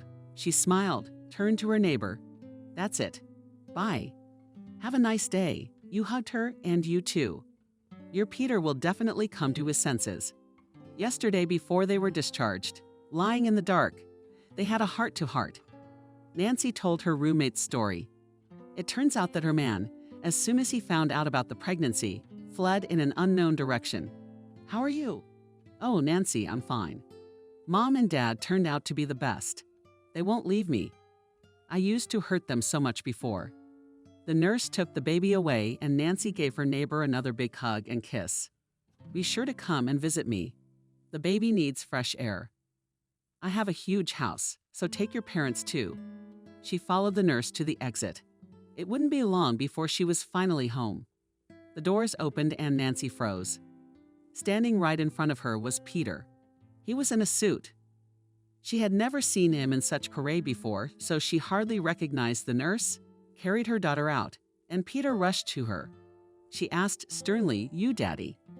He nodded in confusion. "I'm a nurse," she smiled broadly. "Will you take your beauty?" Peter gingerly took the pouch, peeked inside and looked at Nancy. She's so tiny. Nancy, I wanted to kill him. The mood was gone. What are you doing here? What's what? I'm picking you and your daughter up from the hospital. You didn't have to. We did fine on our own. In case you need to leave in a hurry, like you always do. Nancy looked at him angry and Peter looked at her confused. Nancy, I'm sorry, I'm not going anywhere. I don't believe you. She took her daughter from his arms and went down the stairs. Peter stood there for a while. Then he rushed after her. He overtook her, stopped. Nancy, forgive me, you fool. Marry me. Nancy stopped. Did she feel like screaming? Yes, I do. But she restrained herself. I'll think about it. James and Vanessa hurried from the car to them. Nancy, Vanessa's daughter, hugged her, and Nancy burst into tears. Daughter, how long had it been since she had heard someone call her that? They all got into the car, Peter behind the wheel. When the car started, Nancy noticed how carefully he drove around all the potholes, how he drove as if he were carrying crystal. She smiled a little, and Vanessa leaned over to her ear and whispered right to Nancy, "And even though that knucklehead is my only and favorite son, you need to let him know how wrong he is," and sat down again as straight as anything. Nancy laughed softly. It seemed she had been very lucky to have a mother-in-law this time. One could only dream of such a one. This time the wedding was exactly what Nancy had always dreamed of: a lavish dress, a sea of guests that filled her big house, gifts, wine, and shouts of bitter. She agreed to marry Peter. After 3 months, he gave the whole one eyes and noses left. Every day after work he went to her, bought up in the store all the toys that were there. Nancy only grabbed his head. When he came joyful with a big coloring book, he showed it to Helen and said, "Oh, you'll grow up a little, and you and I will draw here." Peter, this and the books will still be lying around for at least 3 years. He looked at her perplexed. "Well, at least we'll already have it. And we'll buy another one later." She then sighed, "Well, what am I going to do with you? You'll buy a house full." "Nonsense. I'll have to look after you." "Nancy, is it?" "Yes." He picked her up in his arms, spun her around, shouted something, then set her down and said, "You'll be the happiest woman ever. I promise you that."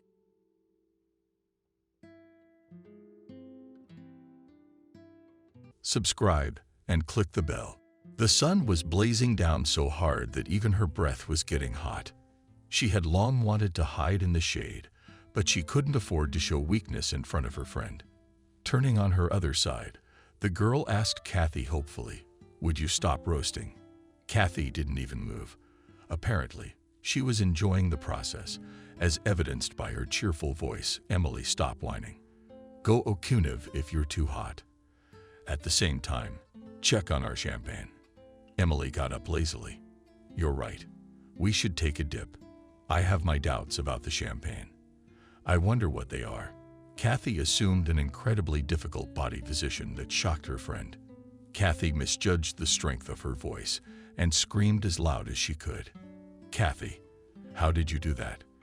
That's something you only see in the circus. Why'd you kick it out like that? You're gonna break something, aren't you?" Kathy didn't expect her friend to react so violently, and she flinched. Her body instantly returned to its normal anatomical position. "Emily, what are you yelling about? She wants the whole village to come screaming at you. If you don't understand why I do this, I'll tell you why I do it. I do it to get an even tan. Do you know what they use in the city to identify hillbillies?" Emily randomly said, "I know which one I'm going against. Here's not guessing at a specific tan. Farmers mostly sunbathe while walking in the field, so they only tan their backs and arms, and their legs a little bit." Emily shrugged her shoulders in confusion. "Sure, that's a useful observation. But what good is an even tan to us? We're going to the city to get a job, not to show off our good looks." Kathy sat down and adjusted the towel underneath her. "Don't you think we'll meet some guys in town and they'll invite us to the beach for a vacation? And when we take off our robes, we'll reveal a picture that will shock potential suitors. You know what? Going out in public with a tan like that, you should just get a tattoo on your forehead. I'm from the country." Emily tried to object. "What's wrong with being born here?" Kathy grinned. "And cite the famous proverb, where you were born, there you are useful. It's all nonsense. It hasn't worked on me for a long time." Having expressed his opinion, Kathy turned his attention to his flushed flanks. "I think I'm a little burned out, and therefore it is time to urgently take remedies." The girl looked at her friend, who continued to stand beside her. And already the commander with such a tone ordered Emily, "Why are you frozen? Get the champagne. This is the best remedy for sunburn." The face of her friend took a suffering expression. "Kathy, maybe you shouldn't get divorced in this heat." Kathy also gave her friend a look that she could do just as well. Soon the splash of water was heard, and then the satisfied voice of Krakova. Kathy, the idea of Kunis is such good water. Admirer of a beautiful tan muttered under his nose, before I have enough in this ditch any disease to pick up. There are leeches crawling here and other nasty things. Emily repeated her call. And this time Kathy and cheerfully answered, let's have champagne first and get in touch. And afterwards I might follow your example. Emily returned with a gripping bottle of cold to open myself. I do not know how to open. I didn't doubt your limited abilities. It's for that reason, friend, that I'm trying to change your dreary existence. After all, the city life compared to the village cosmos, only there you can feel human. The girl masterfully coped with the opening of the stubborn dish, and Emily again gave her an admiring look. How do you do it so skillfully? Kathy poured the bubbling drink into disposable cups. I worked in a bar there at one time and learned the art. To be honest, life in the city isn't sugar, and not all newcomers are welcome either. I mean, the city's accepting. Believe me, in those 3 years since high school, I've been so left by Emily with the same old subservience. Reached out to Kathy. I believe you. You're my best friend. Kathy held out her cup. Then let's toast to our clear friendship. The thirst was so strong that the girls emptied their cups in one sitting. Kathy reached for the bottle again, but Emily stopped her. Look, don't get so excited, or my head's going somewhere. It'll pass. Champagne has a short-lived effect. Emily looked at her friend with respect. You talk as if you drink this noble beverage every day. Kathy was silent for a while, and then slowly stretching the words, said I with my girlfriend not only drank champagne every day, but once took a bath. Come on, honestly, you know I never cheat. The girls were quiet for a few moments. Each of them was thinking about her own thoughts, and especially Emily at this moment did not want to disturb the flow of pleasant thoughts. She already imagined herself in a jacuzzi, where instead of water bubbled champagne. And all this idyllic scene takes place in a luxurious city apartment. Emily interrupted her sweet dreams. Yesterday you asked me why I didn't apply after high school. Yeah, I did. I asked you that yesterday, and you gave me some bullshit. And tell me honestly, what's the point of going to school? Emily yawned. What did you do to me after the champagne? I can tell you one thing about the benefits of studying. Today you can't get anywhere without a diploma. I'm not the heiress of an oligarch, or at least a governor. Your moms can't get enough of you either, trying to hold on to your youth. My dad's a hard drinker, but I still went to college and got at least some profession. By the way, Maria also studied to be a chef, and she has no one but her old grandmother. Kathy burst out laughing. Our incomparable fool has found someone to cite as an example. And where does she work? On Peter's farm with her diploma. During the sowing harvest, our farmer opens a canteen to feed the working people, and he recruits women for seasonal labor for joy. Temporary work for a trifle.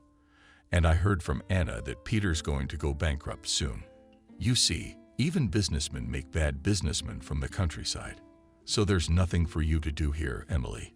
Unless you get a job painting roadside bollards and bus stops. There's no other fate for your painting diploma. Emily mumbled. Yeah, I guess you're right. Well, I'm afraid Kathy spanked her friend would make her back blush. He who doesn't take risks doesn't drink champagne. The girl divided the drink into cups and prepared to drink it. But something caught her attention. She pushed Emily with all her might, and she let go of her glass from her hand in surprise. Kathy, be careful. But her friend didn't let her speak again. Emily, look, there's an unknown object moving towards us from the village. I wonder who's going to disturb the rest. Emily stared at that point too. What was Kathy looking at? It took her only a couple of seconds to find out who dared to disturb their privacy. So it's our dope. Have we sadly done our head in? Now he's going to tell us about his grandmother. Noticing her classmates, Maria quickened her step. She waved to the girls from afar. Hello, girls. As the water is not optimistic, answered like steamed milk. Are you going for a swim? Maria approached their parking lot and stared admiringly at Kathy. Kathy, I didn't recognize you. Kathy grinned. That's good. That means I'll be rich. And you, Maria, haven't changed. Where are you going? I'm going to pick sorrel. Grandma asked me to. She loves sorrel. Kathy said with undisguised sneer, good food and healthy. We won't keep you to Grandma's errand. Yeah, but I'm off then, go Maria. Good luck to you. They watched in silence as Maria moved farther and farther away from their rookery, when she was already a decent distance away. Kathy said with exasperation how primitive it was, and yet someone likes such squalor. Some of them spilled the rest of the champagne. You mean Sam? He's not even out of this world running after this lunatic. You know, even gives her flowers. They're all over the flower beds at the village hall. Emily was well aware that Kathy had a crush on Sam back in high school. True, the son of the district officer paid no attention to her. He was openly courting Maria. I wonder how long this amorphous romance will continue. Kathy's bouncer suddenly revived. And does not Maria reciprocate him? After all, such an enviable beau. Emily made a funny grimace. She won't let Sam to himself closer than at arm's length to Anna. I was told in the store that Maria, at the expression of guys at other girls, he does not want to look. So the caring grandmother is actively seeking an antidote to the conspiracy. We have such passions here sometimes. Kathy shrugged her shoulders as if she wanted to shake off an invisible weight. You tell me so fascinatingly, as if I had come here to visit. Listen, friend, I just had an idea. How would you feel about taking Maria with you? The girl's dying of boredom out here, and I don't think she's getting much at the field canteen. And in the city there are so many prospects from such a profession as a cook. Kathy spoke with some incomprehensible excitement. So Emily looked at her friend with surprise. Why do we need her? Just for fun. And then, in a small company there should always be a person responsible for the comfort of the others. It seems to me Maria is optimally suited for the role of a caring cowgirl. She's the kind of person who's happy to take on that kind of responsibility. Cranberry thought to herself after a short pause, said with a sigh, No, this is definitely a diff number. Maria won't leave her grandmother. Kathy held out her hand with a guy, I'm breaking it, and Granny. I had her walk her granddaughter into town. Emily looked at her friend's hand and hesitantly held out her own. It's a hopeless gamble. Time will tell what we're betting on. Emily wasn't sure, mumbled. Let's go for a bottle of cognac. Kathy poked. I suggest we put a case of champagne on the line as well. Emily was certain that Maria would not budge. She firmly clapped Kathy's hand visibly. They switched to more pleasant topics.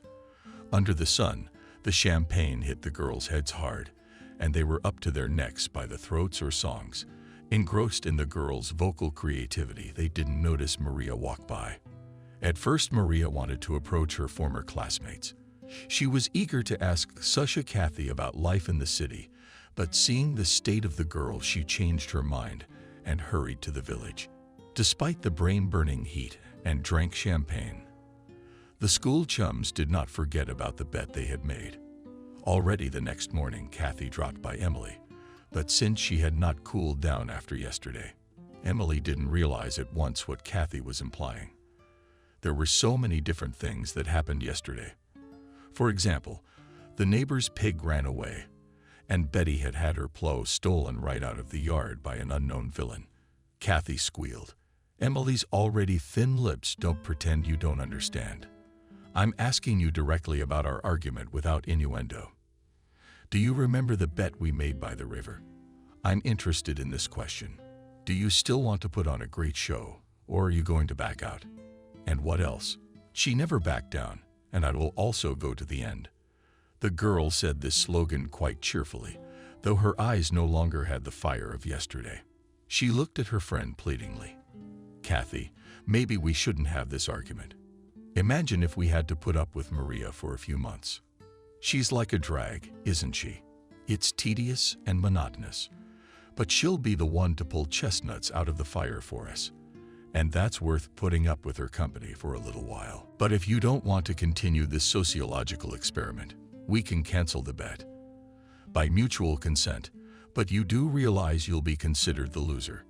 So that leaves you with a case of champagne. Emily very emotionally remarked, Kathy, did you come up with these rules yourself? Tell me, do you have the same attitude towards me as you do towards one? You consider me as a guinea pig too.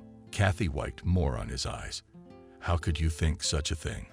You're my closest friend, but you know all about that. Let's not make a big deal out of it. Let's go over to Maria's right now and talk to her. Okay, let's go. Kathy was the first to jump out. They clung to her reluctantly. The village, a novelty, occupied an area equal to an urban settlement, but the whole inconvenience was that it stretched for several kilometers along the river. The terrain was in places, and therefore the trek from one end of the settlement to the other took a decent amount of time. The logistics were also affected by the water barrier. Therefore, villagers for a long time used all possible means of transportation, including boats and even homemade rafts, to simply go to the store or visit relatives. Few people risked using the bridge, which did not inspire confidence because of its dilapidated condition, because an important issue needed to be resolved quickly. The girls dared to cross the river on the emergency bridge, and after only a quarter of an hour they were already at their destination. Miranda, Maria's grandmother, was in the yard when the unexpected guests arrived. Good health to you, Miranda, an elderly woman back, and you girls do not know any Roba. Kathy took over as negotiator. She winked at Nikita and burst out. Yes, we to Maria business is very important there is. You can call her.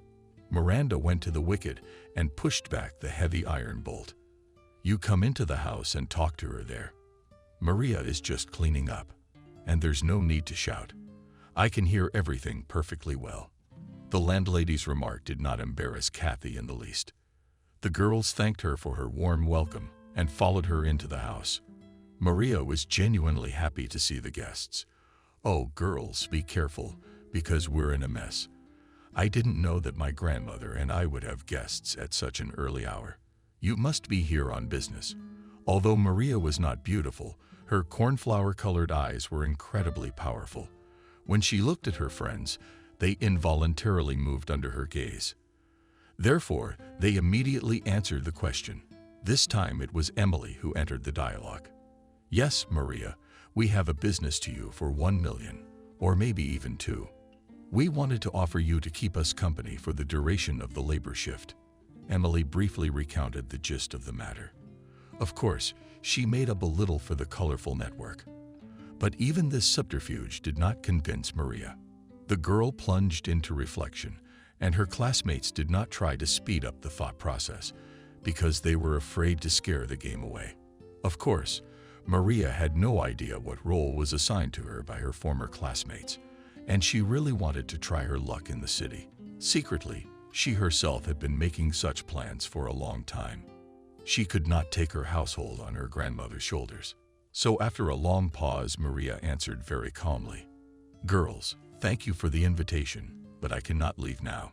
Maybe in winter it will be possible, when there will be less work at home. And now, Emily. The guests did not expect to be rejected so soon and were ready to say goodbye. Miranda suddenly intervened. She was in the next room and therefore heard the whole conversation. The woman turned to her granddaughter, Maria. Do not hurry to refuse. Think carefully. I think you should take advantage of the offer of girlfriends. You see, in the village with work is very bad. Peter's business is going to go under today or tomorrow. What will we do then? We'll sit and grieve for the winter again. We'll eat potatoes all by ourselves. Maria's cheeks are flushed. Yes, I'm aware of Peter. We're all talking about his company going bankrupt, but nothing's gonna change until the fall. Grandma, I can't leave you in the middle of the season. And who will take hot lunches to the field? Miranda shook her hands, thinking that I was the only one. There's no one else in the village to feed the men. At least I'll go. You've written me off as an old woman too early. I'm only 65. And nowadays, that's no age for a woman. Visitor rejoiced at the unexpected support and in two voices began to convince Maria. You with your specialty in the city can get a job at least in a cafe or even in a respectable restaurant, and you will always be fed. You will also earn money. Miranda said dreamily, we should buy a new TV set because the old one doesn't turn on very often. That was the most convincing argument. And Maria agreed. Kathy immediately called someone and said that she would bring 2 school friends with her. She proudly said to the invisible person she was talking to, Alex, you said you needed a good cook, so I found a great specialist in borscht. And we cutlets. That girl has no bad habits and is single. Kathy disconnected the phone and happily announced, girls, 2 days to pack and we'll leave. Ignatievich promised to book us a good room in a hostel. Where? Kathy replied with a chuckle.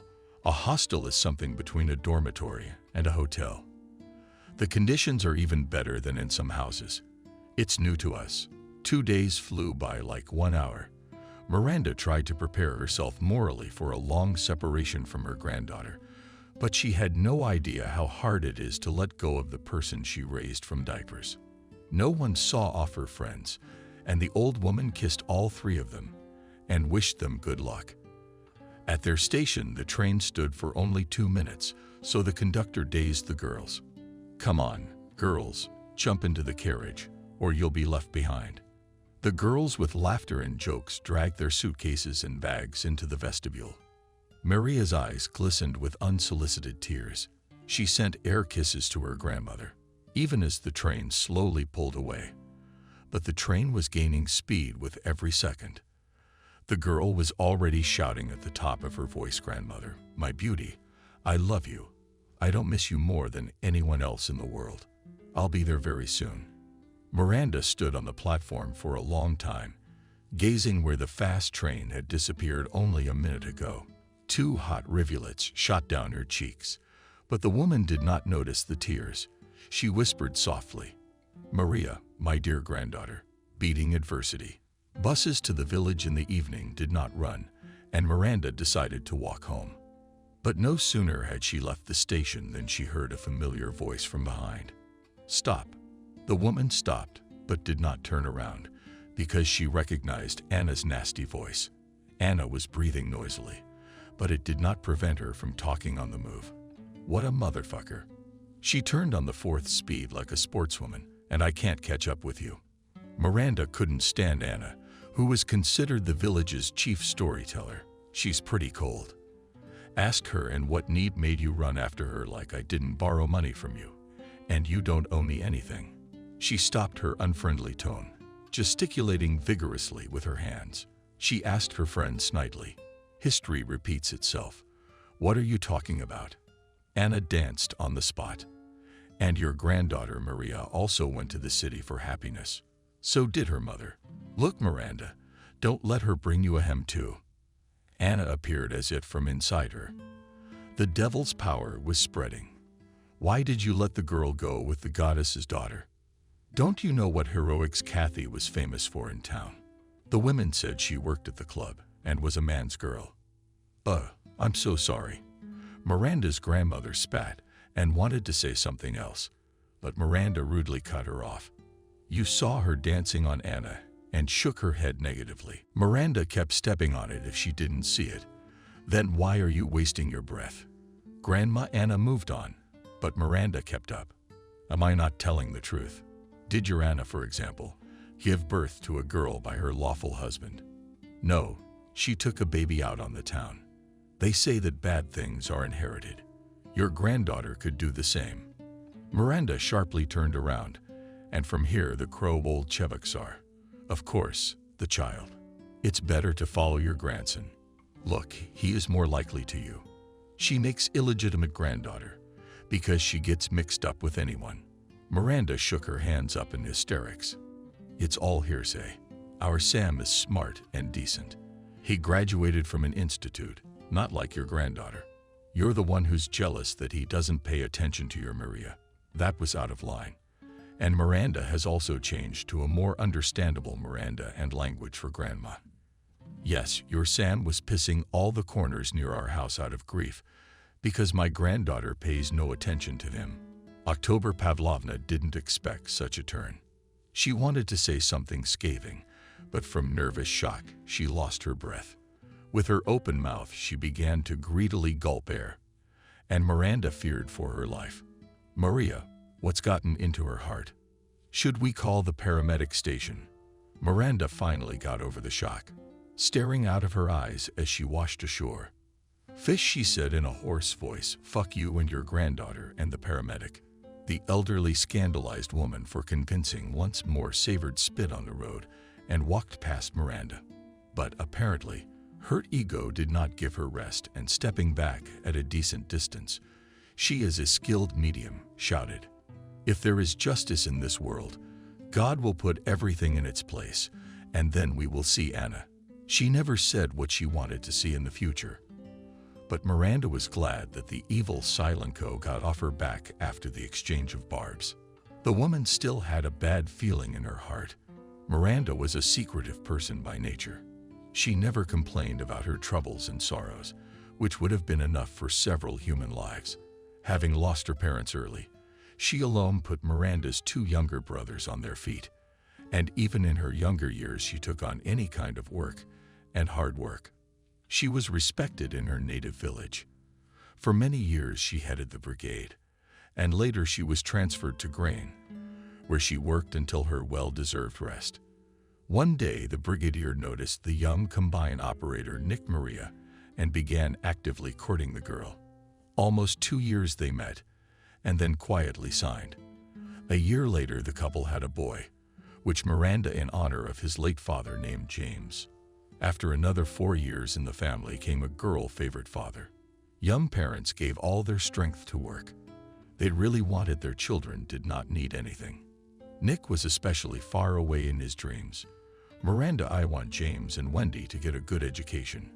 They will study and settle in the city and live in an apartment with all amenities. Then they will have families and bring their grandchildren to us for the summer." Miranda then laughed at Nick's husband. "To make your plans come true, you need the most important thing. The man has guessed the money without fail." "Well, that won't be a problem. After all, you and I earn good money, and the cow gives a substantial profit." The woman looked fondly at her husband. "Of course, today you can't go anywhere without money. But Nick, about something else. It is necessary that the children themselves want to learn, to then use, so to speak, the fruits of their labors. Our son has no desire for knowledge. He spends his days bumming around." The man optimistically remarked, "That will pass. You'll see." But the miraculous transformation didn't happen. James grew older and more out of hand. And in the last year of school, the boy in general threw out such numbers that not only the residents of the novelties, but the whole neighborhood was shocked. The apotheosis of his activity was a fatal incident, which is still remembered by the old-timers. In April, that is, exactly 2 months before graduation from high school, the eldest son, together with a group of peers, decided to party hard. Young people for courage, a little drunk, and James's blood boiled. Guys were about to put on an exciting show. It's going to be an unusual race, and the winners will enjoy the company of the best girls in the world. There were 2 girls in the company who immediately squealed with delight. James was initially confident of his victory, and the unusual competition consisted in the fact that one of the participants sat behind the wheel of a car, and the rest had to overcome the distance on a bicycle. The winner was the one who managed to overtake the car. There was no problem with the bicycles, but the car was more difficult, and James was desperate for a rash move. He borrowed his father's car without asking. Parents were at work, and his father never hid the keys. Therefore, the guy calmly opened the garage. His father, often during joint trips, trusted him to drive the vehicle, and James was absolutely sure that his venture will not have dire consequences. His younger sister saw through the window and tried to stop him. "James, I'm going to tell Daddy." The girl's appearance was not in James' plans, and he shouted at his daughter. "Tell him what?" "That you took the car without asking." James took a swing at his sister, but she backed away from him and resentment receded. But in her eyes she wanted to get back at her brother for being rude. So James changed his tone. Rubberman promised didn't take to the road. Take a little ride on the old tractor, and I'll be back. Lone looked at her brother doubtfully. How long will it take you to get back? About 2 hours. Maybe sooner. You just don't say anything to Mom and Dad, and I'll give you the eternal use of my chips for your silence. James had long noticed his little sister looking at his collection. Her brother's promise made a strong impression, and she shut her mouth. The father was the first to come home from work and immediately found the car missing. He immediately realized that it was his son who had stolen the car and promised to tear off his ears. But the head of the family could not fulfill this promise because the son did not show up even at night. The couple went round the entire village, but did not get any sensible information. Some saw Nick's car, but where was it going? They couldn't say for sure. The parents spent the night without sleep, and it was only in the morning that the lonely girl told under pressure that the elder brother was going to race on the old road yesterday. She saw her mother and father freaking out, but kept quiet and really wanted to get her hands on the collection. Miranda and Nick rushed in the direction indicated, but on the way they met the district officer, who took his eyes away, and then reported walking in the woods, found him in the morning. The doctors said there was little hope. He had lost a lot of blood. He was taken to the district hospital. The light faded in the eyes of the unfortunate mother, and she collapsed senseless on the ground. The doctors were powerless, and the 17-year-old boy died without regaining consciousness. The investigation lasted several months. All participants of the accident in one voice claimed that James himself was to blame for the incident. The guy was inexperienced, and during the chase he snapped on a turn in the quarry. The fall from a great height turned the car into a pile of iron. Having received serious injuries, the driver could not get out of the death trap for a long time. Participants of the dangerous contest instantly scattered, leaving the victim to his fate. The guy lay in the quarry until morning, where he was found by mushroomers. After the death of the eldest son in the Maria family came black days. Nick blamed himself for everything. If I had hidden the car keys, nothing would have happened. Miranda didn't try to change his mind and remained silent. But it was her silence that said that she, too, blamed her husband for the misfortune. This burden was unbearable, even for a strong man like Nick Maria. He began to drink heavily, and one day he appeared on the floor in an unconscious state and immediately passed out. Miranda didn't realize it until the next day. Toward lunchtime, she asked her daughter, "Miranda, go and see how Daddy is doing." The girl ran to her father's room, and from there she screamed, "Mommy, I'm afraid there's something wrong with Daddy. He's all cold." The man was only a few months shy of his 40th birthday. In the news, everybody felt sorry for Miranda. 2 deaths in 1 year. You wouldn't wish that on an enemy. But Miranda could not afford even a moment of weakness because she had to take care of her daughter. And she gave all her love and care to the lonely girl. But the daughter took her mother's sacrifice as the norm, and every day her demands to her parents increased. The girl believed that the mother should fulfill her every whim, but she herself at the same time forgot, even to say a simple, "Thank you." The women at work sympathized with the foreman. One of the oldest workers once told her, "Miranda, you shouldn't spoil your greengrocer so much. Children should be kept strict. You put a crown on your girl's head." The foreman didn't like the experienced woman's remark, and she defiantly said, "You keep your grandchildren in the hedgehogs, and remember, I do not need anyone's advice." No one else on the grain, and did not try to open her eyes to the real state of affairs. And the reality was that it wasn't long before everyone was pointing fingers at Miranda's daughter in the novelty section. Singleton graduated from high school with only 2 B's in her certificate. She easily entered the university, but after 6 months she was expelled for truancy. Rumors spread around the village that Xinu walks with grown men. And one day she herself showed up in a white car with a beau who was fit to be her grandfather. She introduced her mother to her companion as Mammy. "Mammy, meet my boyfriend." Not shying away from her guest, she pounced on her daughter. "Miranda, your beau Emily isn't exactly a beau. He's got sand coming out of one place. What do you need that old stump for? The girl accused her mother of being an idiot, and together with her daddy immediately rolled back to the snow-white foreign car. But only a few months passed, and she reappeared in the village, but already with a young man, so her mother wouldn't think anything of it. She warned her mother right away. "Mom, this is my producer." The unfamiliar word stumped the woman, but she explained that she was taking vocal and dance lessons in the city and was going to perform abroad, or rather, in Turkish resorts. "Mom, you just don't worry. We have a whole group of girls, and we're not doing anything bad. We're just helping a celebrity perform." Wendy said the name of the artist, but Miranda had never heard of the singer. She tried to find out the details of her daughter's incomprehensible creative activity, but she, referring to the wild business, that same evening left alone. The man did not utter a single word during the whole time, but observing this visit from the side of the village women with certainty said, "Not of ours. This guy must be a Caucasian. Only there they live such a black guy." And Wendy didn't show up for a year. She'd call her mother once in a while, and in a happy voice she'd tell her mammy, "I'm doing great. Don't worry. I'll be there soon." And her daughter kept her promise. Only the mother was not very happy about her arrival, and it was the ubiquitous Anna who informed her. She rolled into the house without knocking, along with clubs of ice-cold air. Then Mom, your greenery arrived. The woman rushed to the door, but Miranda as if, by the way, and said, "Do not rejoice before time. It seems your little girl has arrived with a gift," she said, breaking the news.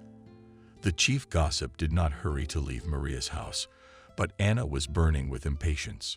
She wanted to see the meeting of mother and daughter herself, so that she could tell the gossips everything in great detail. He had a short half-coat of blood which only further emphasized his fading belly. "Mom, here I am." By the confused look in her daughter's eyes, the woman understood everything without further words. "Come in, daughter." Why froze on the threshold?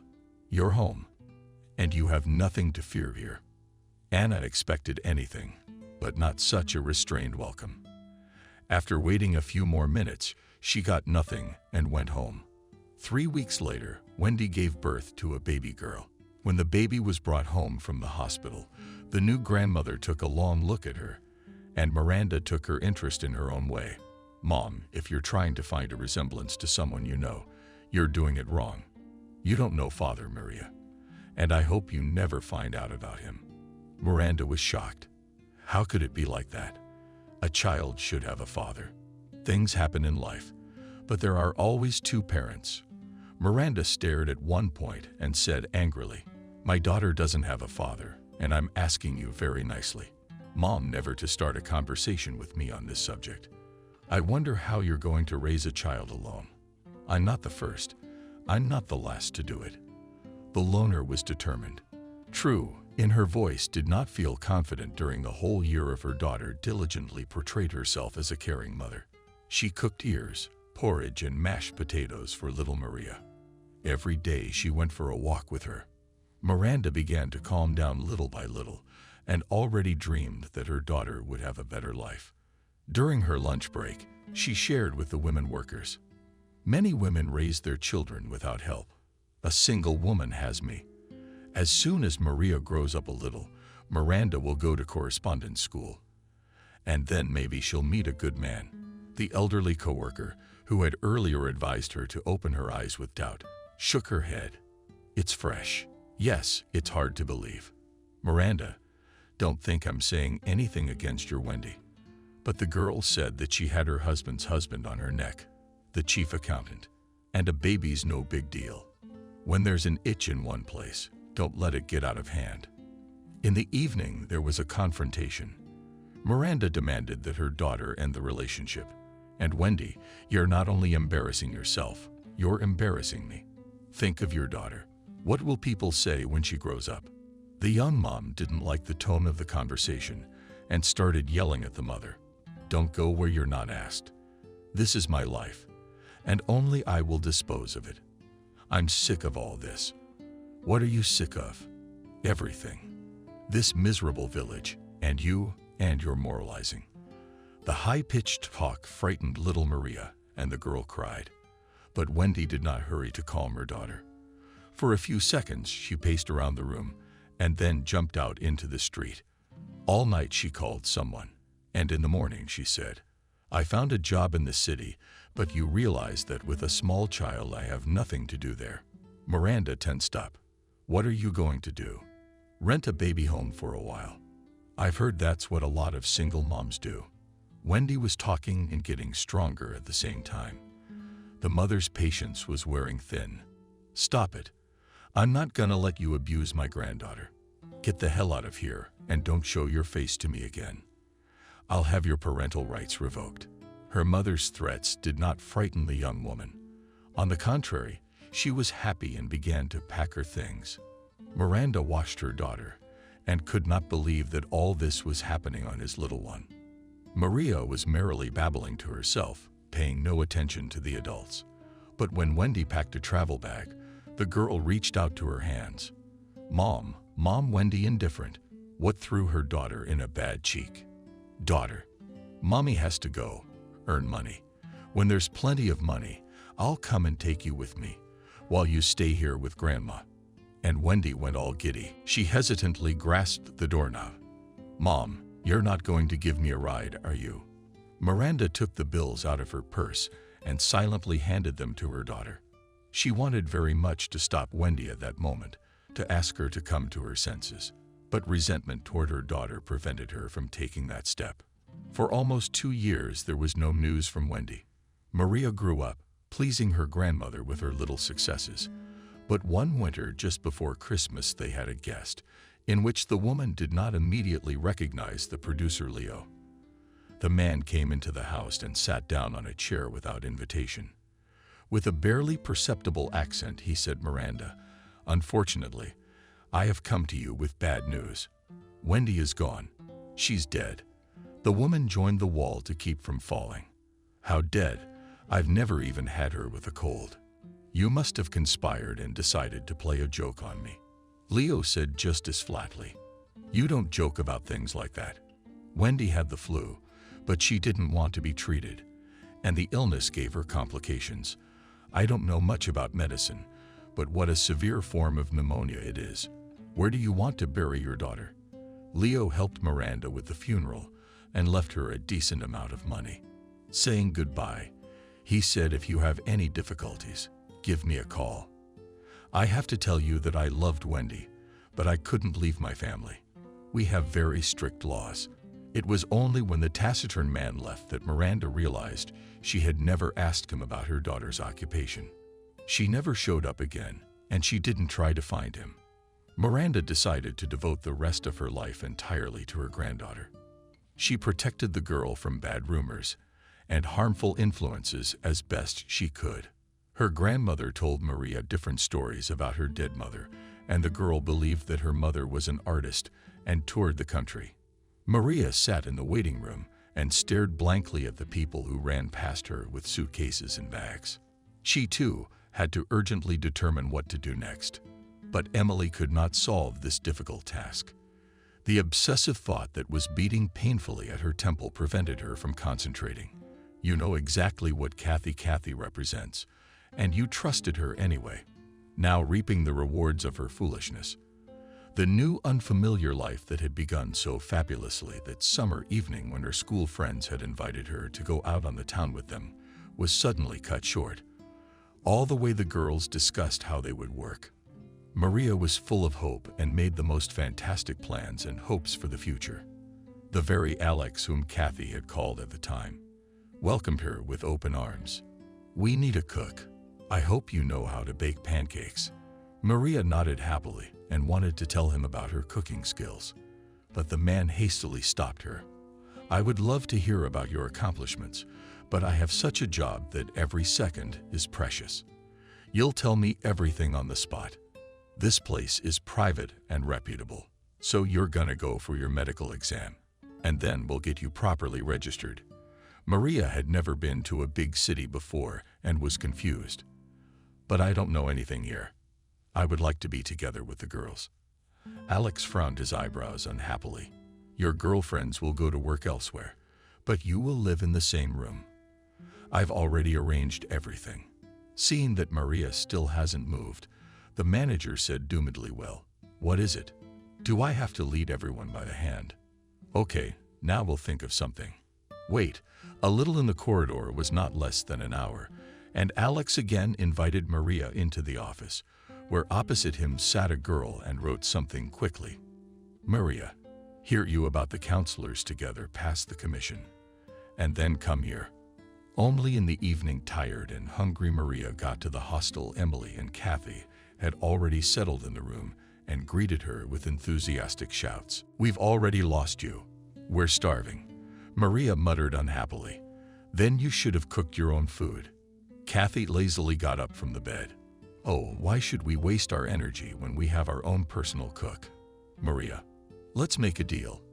Emily and I keep order and you cook meals for 3. Deal. Maria didn't suspect anything wrong and agreed to this arrangement. She only asked about groceries. How much we'll buy with?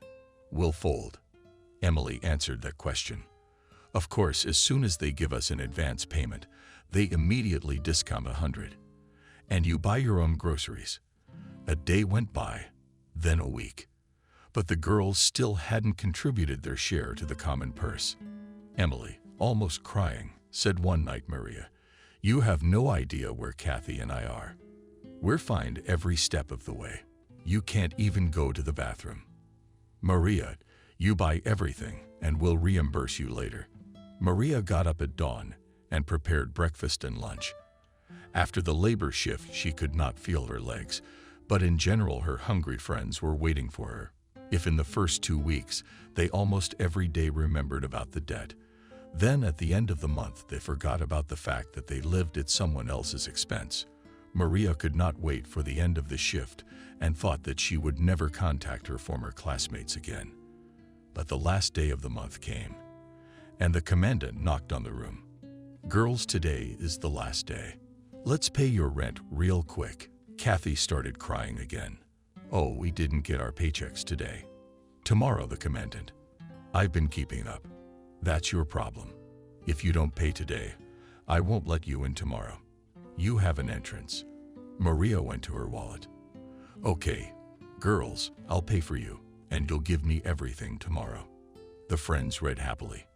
Maria, we'll pay you back every penny, and we'll even add on the commission. Have you gotten your settlement yet? Yes, but to be honest, I expected more. So you didn't like the job? No. I'll look for another place. I made a conspiratorial promise I'll keep quiet. Here's to you. He always has something interesting in store for his friends. Maria decided to take a shower before going to bed. When she returned to the room, her friends were already gone. On the dining room table was a note saying goodbye to the market and a fiery hello to Grandma.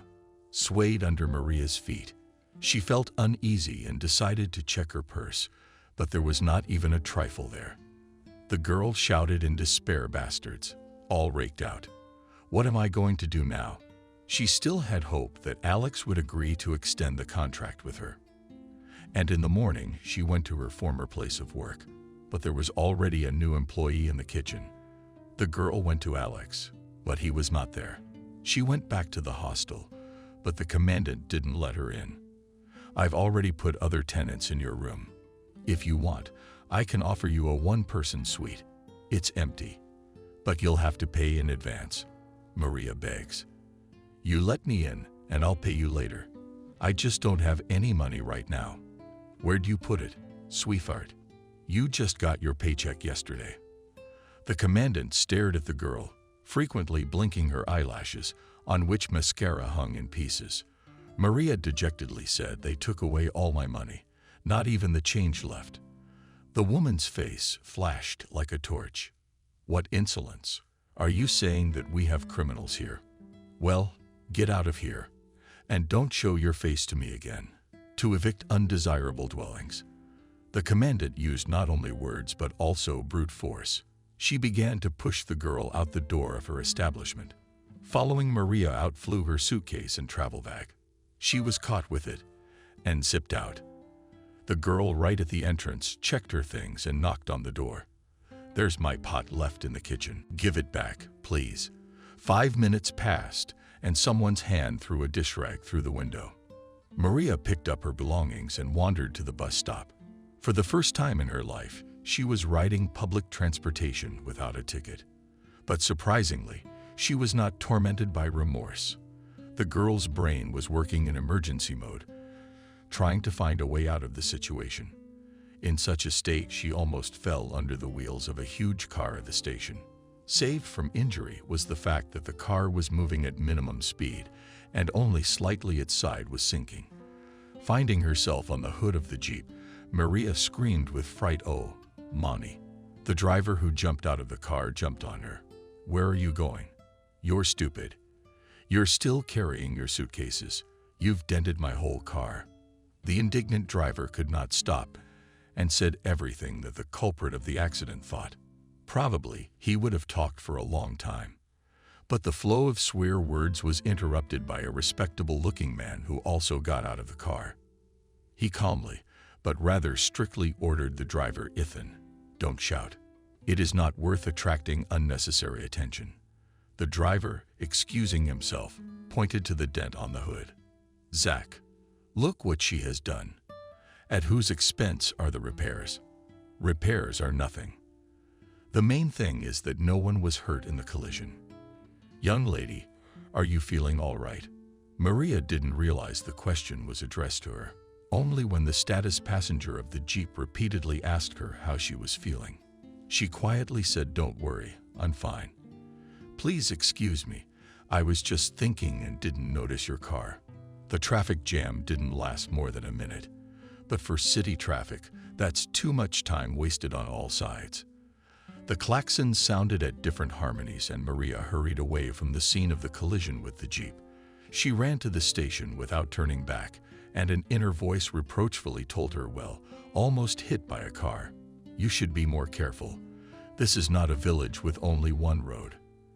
As the girl still hadn't decided what to do next, she made her way to the waiting room. After sitting for 2 hours in a fruitless search for a solution, she wanted to call her grandmother to send her some money for the trip, but the cell phone gave no sign of life. The girl muttered annoyingly, "Damn, I forgot to charge it yesterday." By the evening, the human flow increased and many future ex-passengers went straight to the buffet. Very quickly, a decent coup formed there.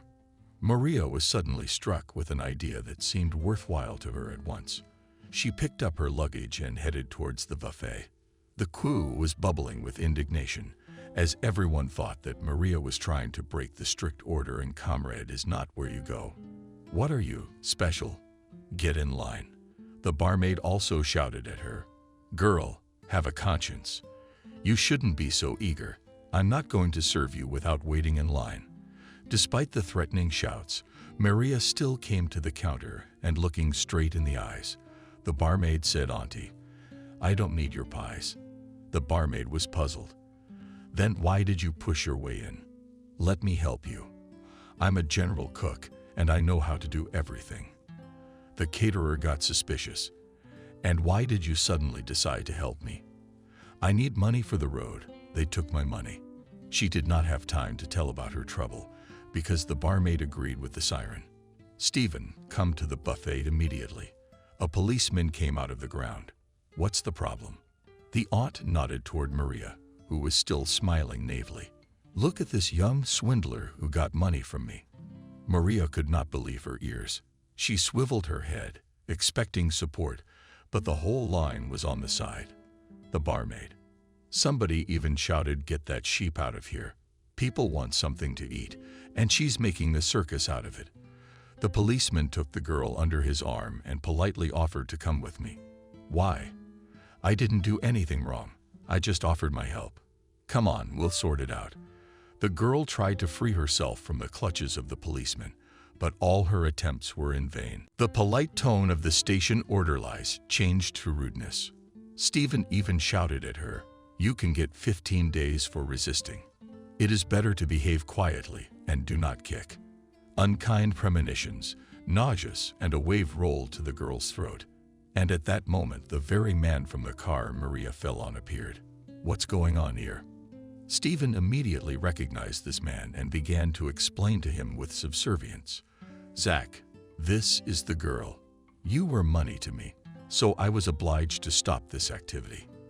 The man grimaced. "Tell someone else about your vigilance and responsibility.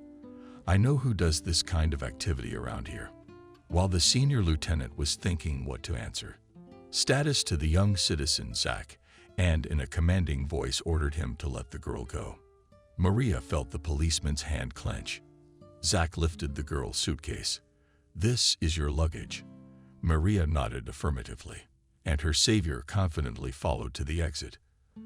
The girl did not immediately notice that he was followed by the driver who had recently called her all sorts of names. She had no choice but to follow the men.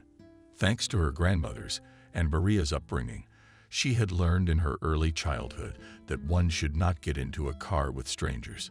One should be especially cautious with men. Zach inspired confidence, so for the first time in her life, she disregarded these rules.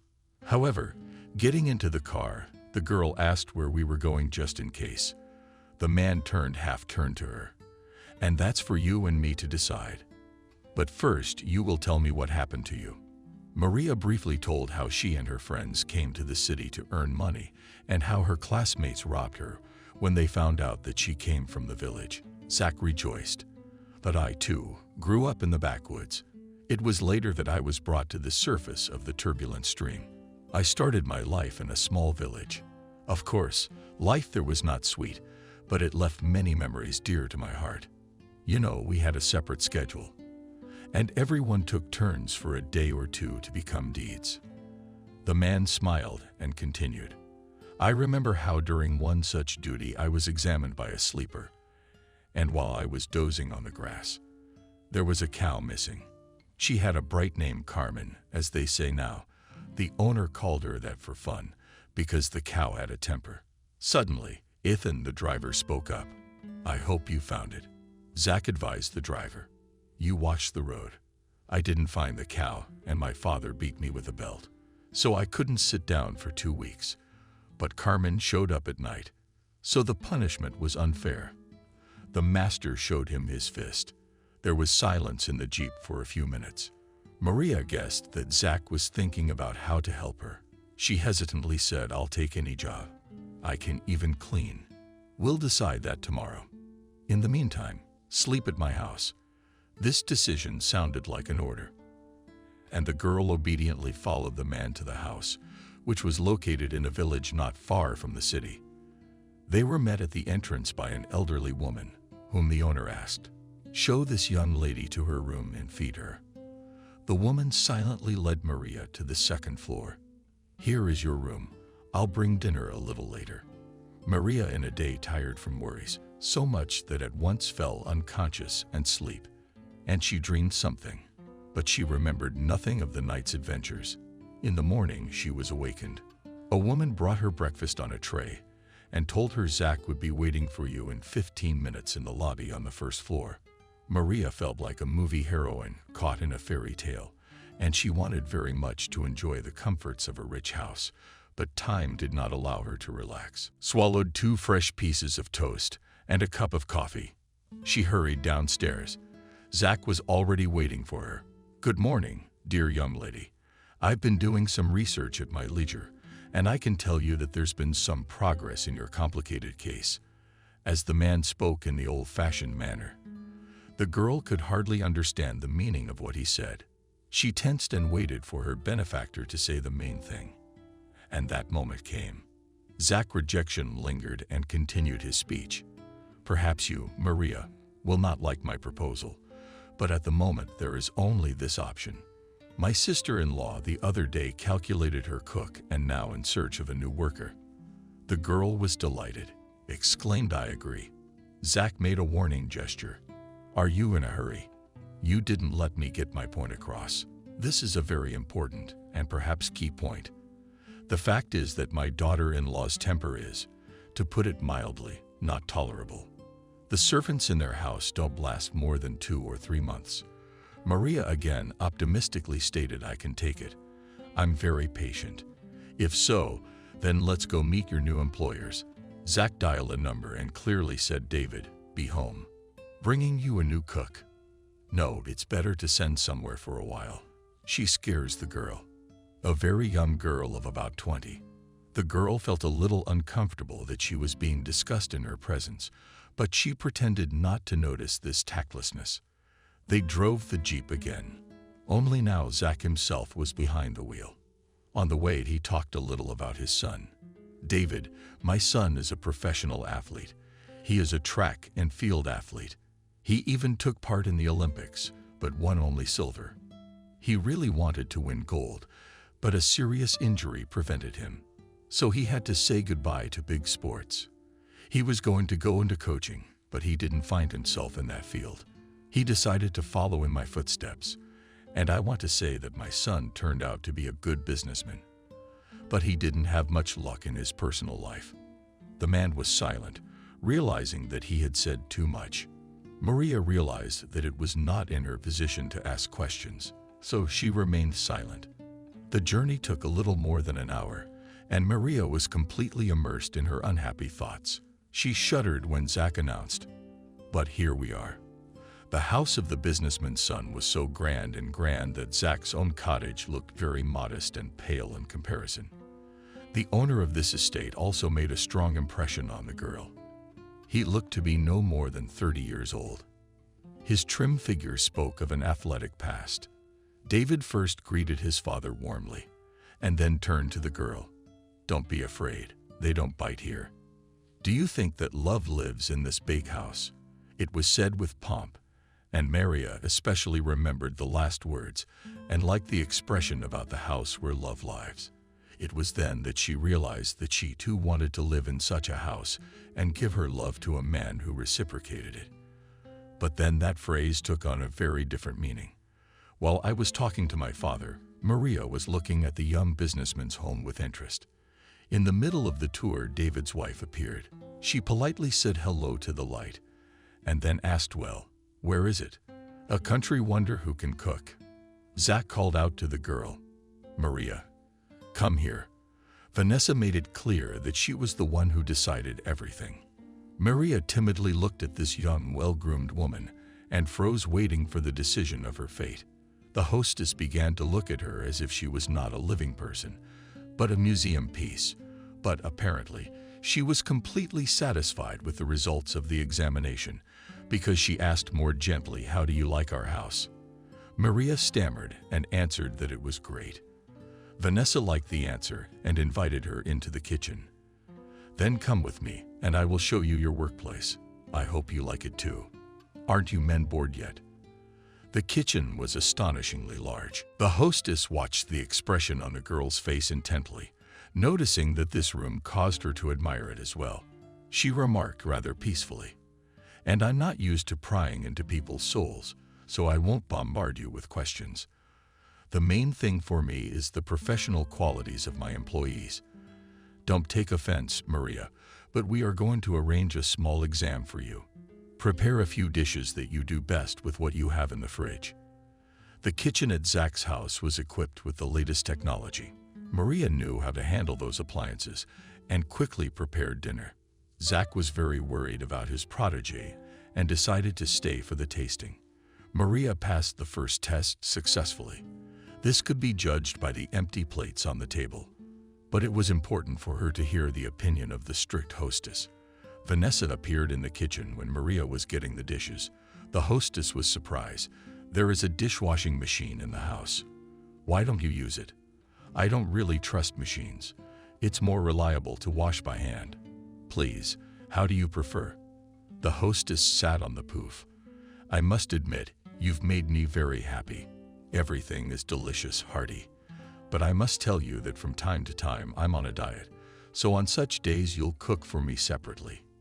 "Okay, if you say so." Vanessa grinned. "Maria, you always agree with everything." "Not always, but I think the master's words are of paramount importance. You have the right attitude. We might even become friends. You can't imagine how boring it is.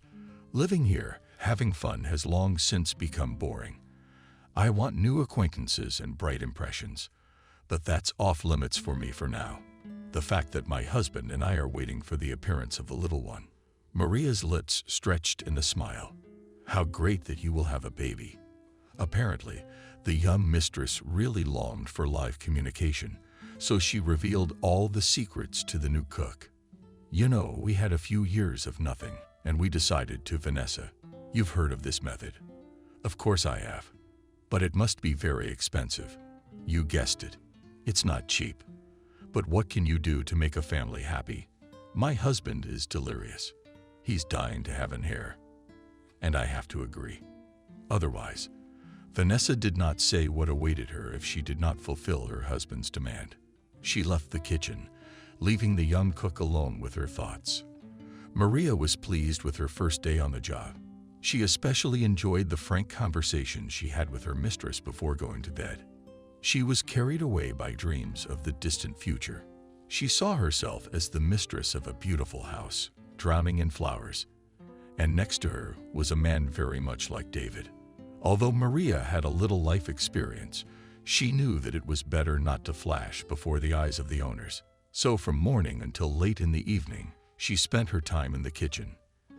Meanwhile, the young Zach's house lived its own life. One day, the young couple began to clarify their relations very loudly, and the fragments of their conversation reached the cook.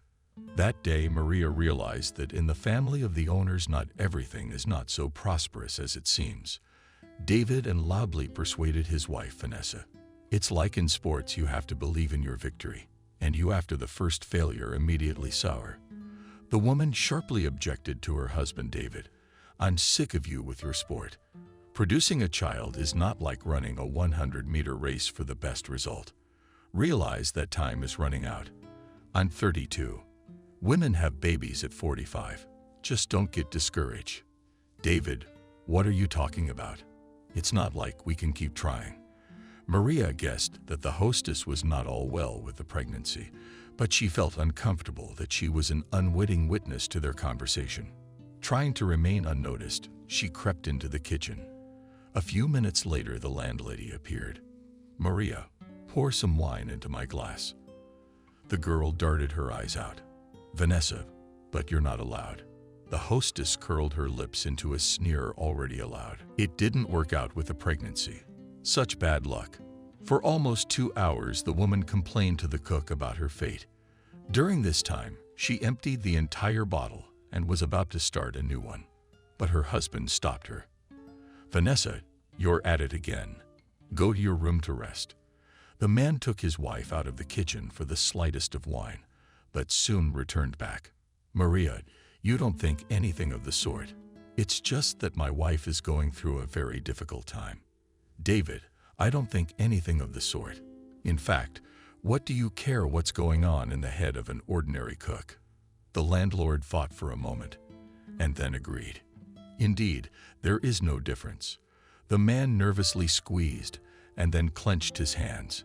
"Excuse me, what to burden you with unnecessary conversations, but I just don't have anyone to share it with." "Do you have a wonderful father?" No, not at all. I can't even discuss such delicate subjects with him, but you can with me."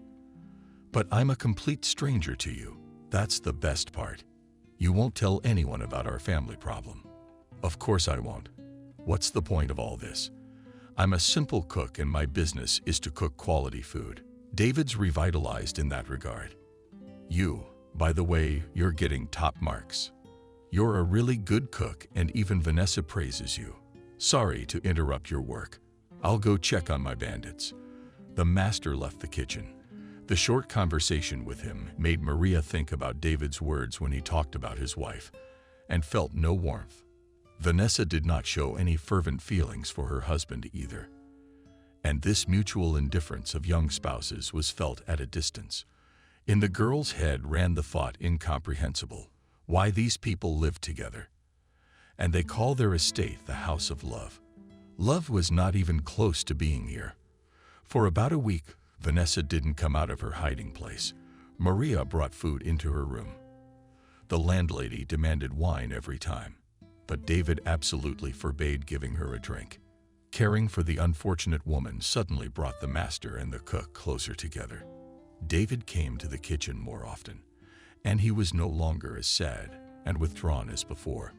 Once he looked in on her out of habit and suggested that you had been living in our house for 3 months. But I've never seen you resting. I would like to offer you a walk through these lovely places. The girl was confused, but the owner encouraged her.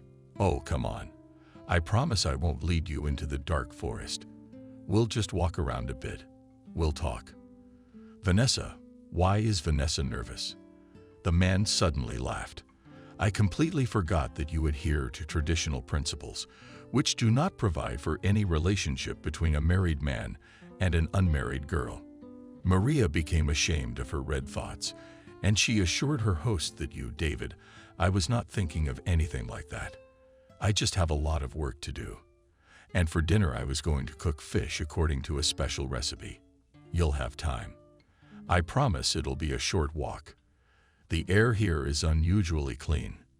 And in the fall, this place looks especially fabulous.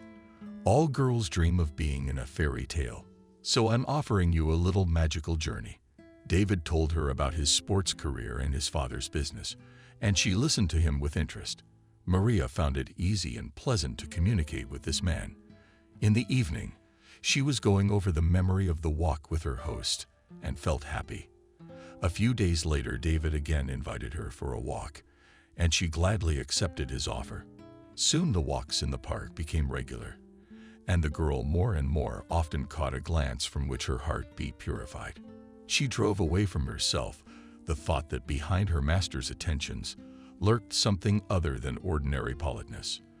But what disconcerted her most of all was the fact that Vanessa was indifferent to the rendezvous between her husband and the cook. At the end of October, the host announced that his wife was going on vacation. You see, Maria Vanessa has been through so much in the last few months. The stress has taken a toll on her health, so we decided that she needed to rest. The girl didn't understand why her master was telling her all this, and only agreed with him. She watched as David accompanied his wife to the airport. In the evening, he came back tired and went straight to the kitchen. I've seen off my princess frog. Now I'll be waiting with you for her return. But I'm sure we won't be bored. Maria didn't say anything.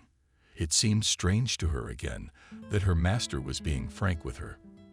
And in the evening, a strange uneasiness appeared, but the anxiety disappeared without a trace. When the man invited her for another walk outside the house, Maria had always felt more secure than in the mansion. This time they walked longer than usual, and David behaved more relaxed with her. When they came across a creek, he lifted her in his arms without asking her consent and carried her across.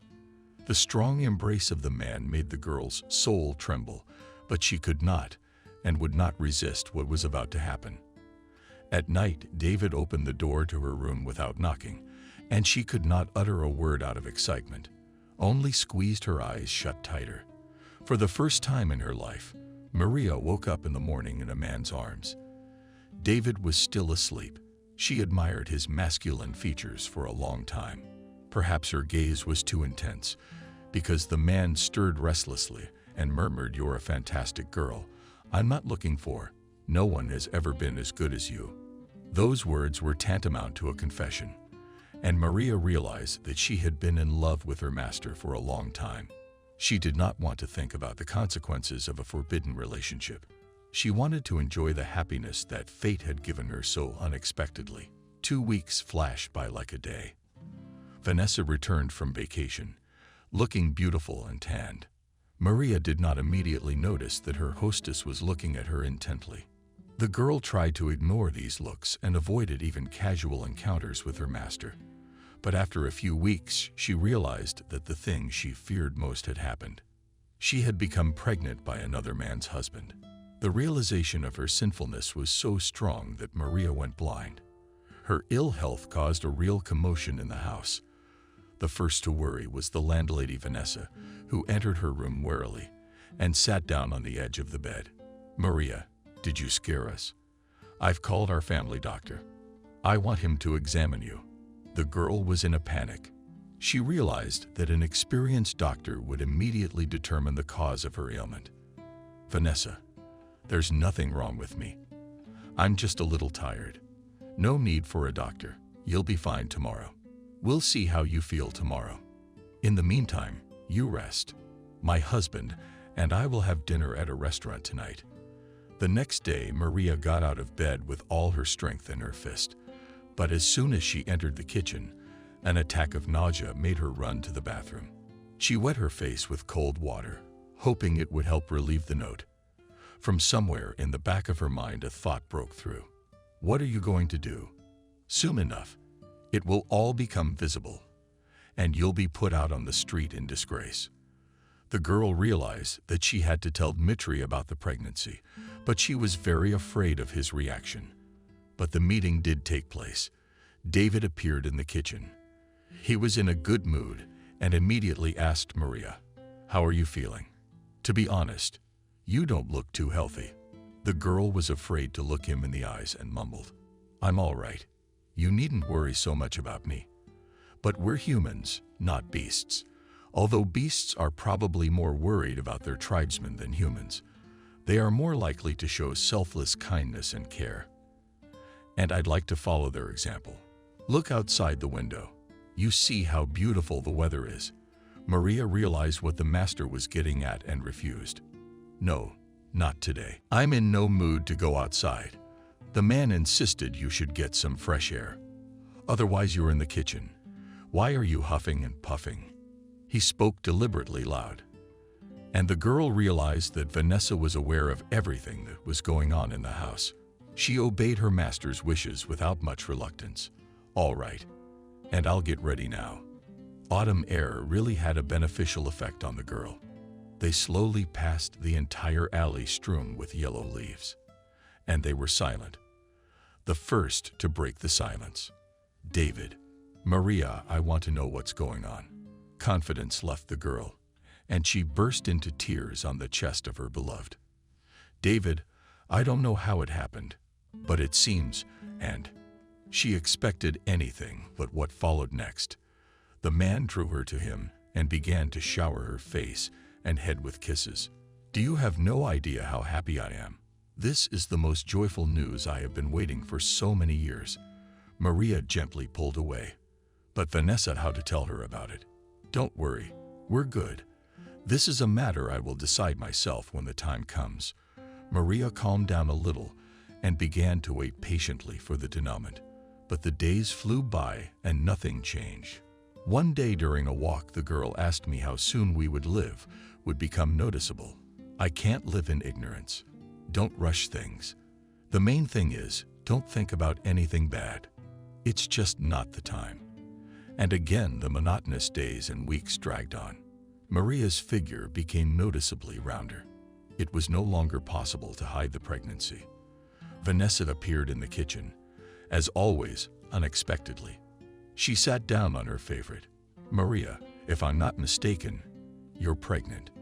The young cook almost fainted, so the hostess had to pick her up. Vanessa reproachfully remarked, "Why are you so overreacting? I'm not asking who the child's father is. I am not interested in such details. I'm concerned about something else. Where will you and the baby go? Do you think your grandmother will be happy to see you like this?"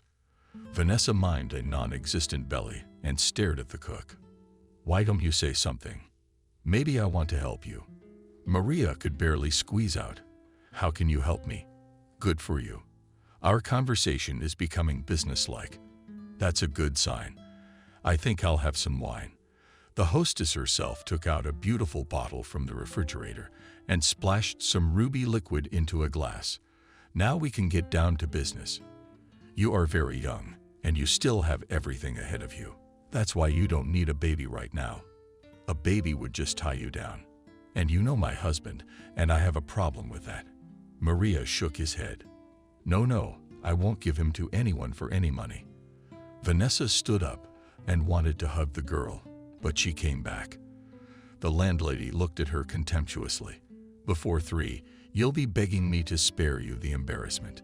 Think carefully and weigh the pros and cons." Vanessa left the kitchen, But her voice continued to echo in the unhappy girl's head. She didn't know what she should do. Now that her secrets were out in the open, there was no one to consult with either. Her inner voice told her that she should run away from this house sooner, but she couldn't make up her mind. David asked her to be patient. He said he would decide everything himself. She trusted this man. With such calm thoughts, Maria fell asleep. In the middle of the night, she woke up with an unbearable feeling of thirst. Barefoot, she went down the stairs to the first floor and was about to open the kitchen door when she noticed a streak of light coming from below. Anxiety took hold of her again, and she wanted to go back to her room. But from the kitchen came the voices of the owners. Vanessa spoke in a loud whisper. "David, you did the right thing, though you could have warned me. The thought had crossed my mind more than once, but I was afraid you wouldn't agree to it. Only later, when this knave fool appeared in our house, I realized that it was our only chance." Maria held her breath and waited for her master's reply. But what he said defeated her some more. David tried to change his wife's mind. "Vanessa, first of all, I can't do that, and you misunderstood everything. How else am I supposed to understand you? Are you really a serious businessman who is infatuated with this country girl? You're the one who can tell her fairy tales. I haven't believed in them for a long time." David was silent for a long time, and then he asked me how you were going to carry out your plan. "Very simple. The baby will be born, and we will take it away. You are the father, and you have every right to decide and teach your child." "Maria, what are you going to tell her?" "I'm not going to explain anything to that girl. I'll kick her out if she starts something against us, which I doubt very much. No one will believe her anyway." Maria wanted to scream, but she covered her mouth with the palm of her hand so that not even her breath could be heard by the owners. The kitchen became quiet again, and then David hesitantly said, "I need to think about it." Maria heard footsteps approaching and hurried to hide. She could not hear the end of the conversation between the couple. She began to pack her things. In a moment of danger, the instinct of motherhood kicked in. The young woman began to look for ways to save herself. During her time in Dumazak, she had well studied all the entrances and exits. She was not frightened. The night raged outside with bad weather. She threw on her cloak and stepped carefully to the back door. In a minute, she was already on the street. This time Maria had money.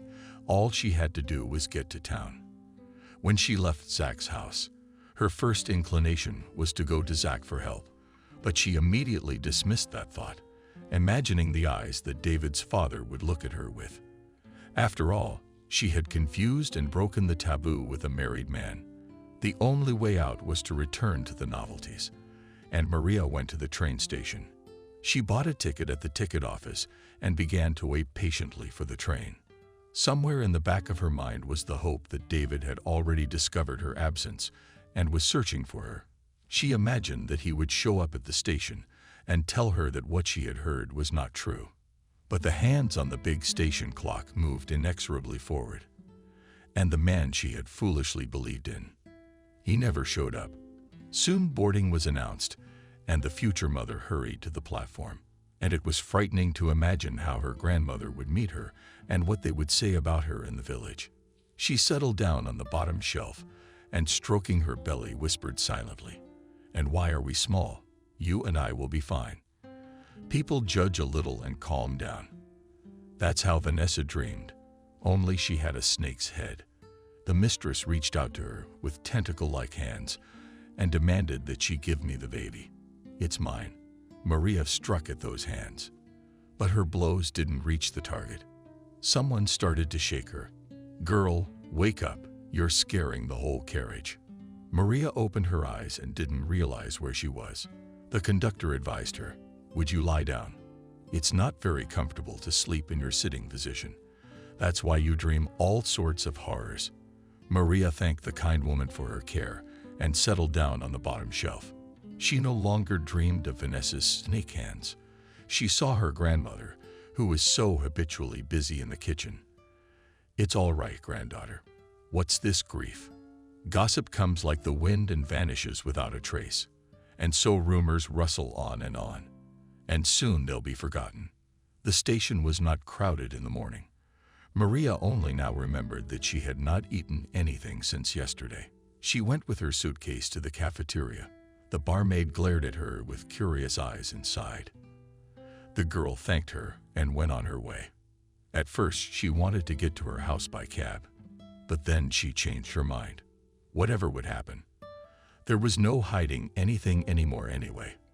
The first one on her way was Anna, a nasty old woman stunned. And when the initial shock wore off, she screamed all over the street, "Look, those people are kind." And the pitchforks poured from downstairs. I told Miranda the bad blood was bound to show. Maria wanted to go around the gossip girl, but she stood in the middle of the road. "So, did you have a nice life in the city?" The witch muttered angrily to herself. But Miranda was just waiting for that. And she's on a roll. "Look, she's calling me names. If I'm a witch, what are you? I'll tell you what you are. A whore." But even this time her words did not reach the target. Maria still bypassed the old woman, while she and the old curses, what her black work grandmother Miranda has already managed to do, and look at her granddaughter Maria, and all the free from housework inhabitants of the street.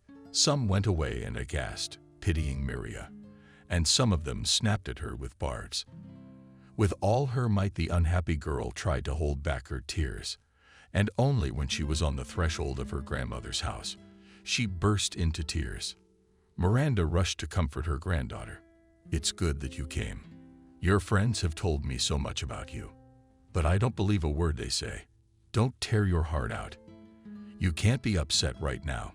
You can tell me later, and we'll figure out what to do together." Although Maria was still under the impression of the stormy meeting, she noted that her grandmother was saying the same words as the kind sack, and remembering this man and her shattered hopes, the girl's tears flowed even more deeply. Miranda cost a great effort to calm her granddaughter, but no sooner had Maria a little come to her senses than Anna quietly fell into the house. And I'll tell you this, Miranda, that it was to be expected. Your Maria walked through the village with her head held high, but she came back with her tail between her legs, and you're defending her. Miranda said tiredly, "Who am I defending? You? I don't need your protection. I have a son and a grandson. Now we'll see whose corners." Deceptive. Miranda grabbed a poker and moved toward Anna. She squealed in horror. "You are definitely insane. I'll be sure to file a report on you for threatening me." The door slammed loudly, and Miranda ran down the street. Miranda sank down on the chair next to her granddaughter. "It's okay, Maria. We'll get through this trouble. The main thing is that we are together. Everything else is nothing." The novelties raged for another week or so, and then everything quieted down. Maria in the native house little by little came to herself, but she still for a long time did not dare to show herself on the street. But the voluntary shuddering did nothing to deprive her of the latest news. From her grandmother she learned that Peter's farm had finally gone bankrupt, and the farm was being sold under the hammer. Maria, I saw with my own eyes the new owner, such a representative man. And his car is expensive, all gleaming. Maria was least interested in the future of Peter from the farm, but out of respect for her grandmother, she supported the conversation grandma. Nowadays, every other man in town has one of these cars. My master and his father also have such cars. They live richly there. They do not deny themselves anything. The girl had already shared her misfortunes with her grandmother. She didn't hide her love story either. That's why Miranda regretfully remarked that you should have run away. You could have demanded alimony from that businessman. Why? Since he's the father, let him help raise the child. Maria grimaced. "Grandma, how can't you realize that they conspired with my wife to take the baby away from me? That's why I ran away." But he didn't refuse the child. On the contrary, he was very happy when I told him. Miranda waved her hands. God, the world must have turned upside down to see such outrages. I don't understand how a child can be taken away from its mother. Vanessa knew the answer to this question when she discovered the disappearance of the young cook and became furious. In a fit of bad feelings, the woman lashed out at her husband. "This is all your fault, David. I'm sure you let that fool in on our plans, and that's why she ran away." The man was himself shocked by the recent events and asked irritably, "What do you want me to do? Don't you understand? Everything you need to chew and put in your mouth. Try to find your Maria, to persuade her." The man took a long look Pelosi in the face of the woman with whom he lived almost 8 years. "Vanessa, I have another option, and it is much simpler and more rational than yours. I think it's the right thing to do if you and I break up. You can see for yourself that our married life is not working out. You and I are different, like we're from different planets." Vanessa didn't expect such a turn. First, she closed with hysterical laughter, and then began to openly threaten her husband, "Not even dreaming of getting rid of me. You've got the wrong woman. If you dream of finding your cook and link your life with her, then I'll make you something you'll forget. Your name." David looked at his wife with regret. "Why didn't I see you before? You are a primitive creature, like a worm or a jellyfish. You can threaten me all you want, but all your words mean nothing to me now. And if you want a share of the business, you might want to curb your appetite, because you're not gonna get anything. We'll see about that." The next day, David discovered his wife had disappeared from the house. Her belongings were still in the same place. The man realized that he had been blinded by the woman's anger and decided to take revenge on Maria. He was very worried about the life of this humble girl. His unborn child had to do something. He perfectly understood that Vanessa, who is accustomed to luxury, will go for anything, just not to change her lifestyle. Of course, with rage she did not realize that sooner or later everything would come to light. Therefore, Dmitri needed to take care not only of Maria, but also of Vanessa, so she wouldn't do anything stupid. He paced the room. As it happened, yesterday he had vowed to help his father with his new business. In his old age, Dad had taken up farming. He had been talking about it for a long time, and he and David had even made some calculations. But David didn't think his father would find a suitable farm so quickly. David wouldn't say that he didn't like the countryside. He did, but on a tour and nature level. He would have supported his father in any case, and after his revelation that he would like to grow old in the village, David said that Dad could always rely on him. Although, by and large, Dad would do just fine without his help. After all, it was his father, not David, who started the business in their family. And David was also taught and guided by his father. They always had a very warm relationship. Mom did not become early, and it brought them even closer together. And now David realized he needed to go to his father for advice. He knew that Vanessa had never liked Dad, but Dad had been very tactful not to interfere in their relationship. David grabbed the phone. "Dad, hi. Where are you?" "Oh, David was just about to call you so you didn't have to come to my farm. I'm back in town because I've got some things to take care of here. I'm gonna go shopping for building supplies." "You're all right. You sound a little worried. I don't know how to say this. Dad, I didn't need to talk to you. So come over. What's the matter?" "Let's do it at our restaurant in an hour." "Okay, I'll be there, Dad." David knew perfectly well that his father wouldn't pat him on the head for Maria. Moreover, he would scold him in any case, even if Maria herself threw herself on his neck. Now, however, the situation had turned out to be very strange. Only after Maria had disappeared did David suddenly realize that he absolutely had to find her. And he also realized that all this semblance of a family he had was worthless compared to what he felt for Maria, for their future child. "David, how could you? Maria seemed like a very decent girl to me. Or was I wrong?" David shook his head. "No, Dad, you're not wrong. She's actually very nice. So, real. And I think she ran away for a reason. I have a suspicion that she overheard our conversation." "Your conversation? What was so terrible about it?" When David sighed and told me what the conversation was about, Zach even jumped. "David, I can understand your wife's thoughts. I'm sorry. But you, how could you even think such a thing? By the way, where is Vanessa now? David sighed.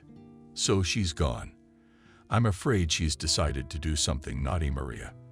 Zach landed on the chair with a thud. Then I don't understand why you're here and not at Maria's. You're about to curse again.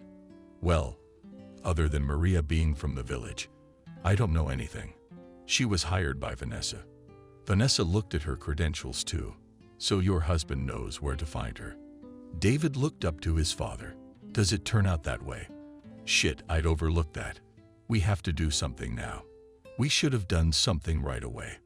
Sit down and let me think. David was quiet. He knew his father was a businessman for a reason. He'd started out not very legally, or rather, not at all legally. He never asked, but he knew that in the 90s everyone was afraid of Dad. It was then that my father literally for a year accumulated his capital, and then on it, and opened several companies. You don't have to be particularly gifted to realize that there was a bad trail of money behind his father's first money. Zach stood up and stood aside. He talked to someone on the phone for a long time, then called again. Finally, back at the table, but now he had to wait. Not half an hour later, his phone rang. Yes, I'm listening. He listened carefully to what he was told. Then he quickly looked at David and said into the phone, "We'll be there soon." David looked at his father in silence. But your wife was not so determined. Tell me she doesn't have a drinking problem. Oh, I see. Anyway, she's at the bar. She's a mess. Kathy and Emily Maria met a month after she arrived. Kathy was hanging on Sam's arm. Oh, look at that, Marin, with a potbelly. Emily picked up on it. Yeah, who goes to town for what? Our Maria clearly doesn't work. The girl first wanted to pass by, but then stopped. But the main thing is that not for that. Why are you here? Do you even realize that you are ordinary criminal? Kathy let go of the hand of Sam, who listened with interest to their conversation. You watch your mouth. What am I watching? You took all the money out of my wallet, left me in a strange city with no money. I didn't even have enough for a ticket. And then you come around here and try to accuse me of something. Maria wanted to leave, but Kathy blocked her way. Maria sensed that Kathy was drunk. No, stop. You have to take responsibility for what you say. Maria realized that this could end very badly. Emily was also looking at her belligerently. Of course, the girls were with Sam, and that made things worse. Kathy, leave me alone, and you can keep my money. Maria took a step to the side, and immediately felt a jolt. She couldn't stay on her feet and fell to the ground. A sharp pain shot through her back. She saw Kathy rush toward her, but Sam caught her. You're crazy. She's pregnant. Kathy struggled out of his arms and screamed, I don't care. I'm sick of her for saying that. Emily struggled to get her friend away, and Sam helped Maria up. Let me walk you home. Maria gave him an angry look. I don't need a counselor. Maria walked toward the house. Her back was aching and stiff. Sam shouted after her. Don't think I didn't believe them right away. But Maria didn't turn around. By the time she got home, she was in a bad way. Her back was twisted and her stomach was tight. Maria cried. I wish nothing had happened to the baby. Literally 100 meters from the house, she met a frosty con. Maria, gritting her teeth to herself, told herself not to get involved, to silently walk past. Anna threw her a glance and rested her arms at her sides. Look at her, good people. Fetalized. You don't know where and from whom. She doesn't even think about the child. Ugh. Maria felt her eyes darken. We just have to walk and walk home. There's not much left, just a little bit more. And there the grandmother on Anna and was not going to back down. She overtook Maria and stood in front of her again. What's to see? It's embarrassing. And I told you, the apple doesn't fall from the tree. It's disgusting to look at.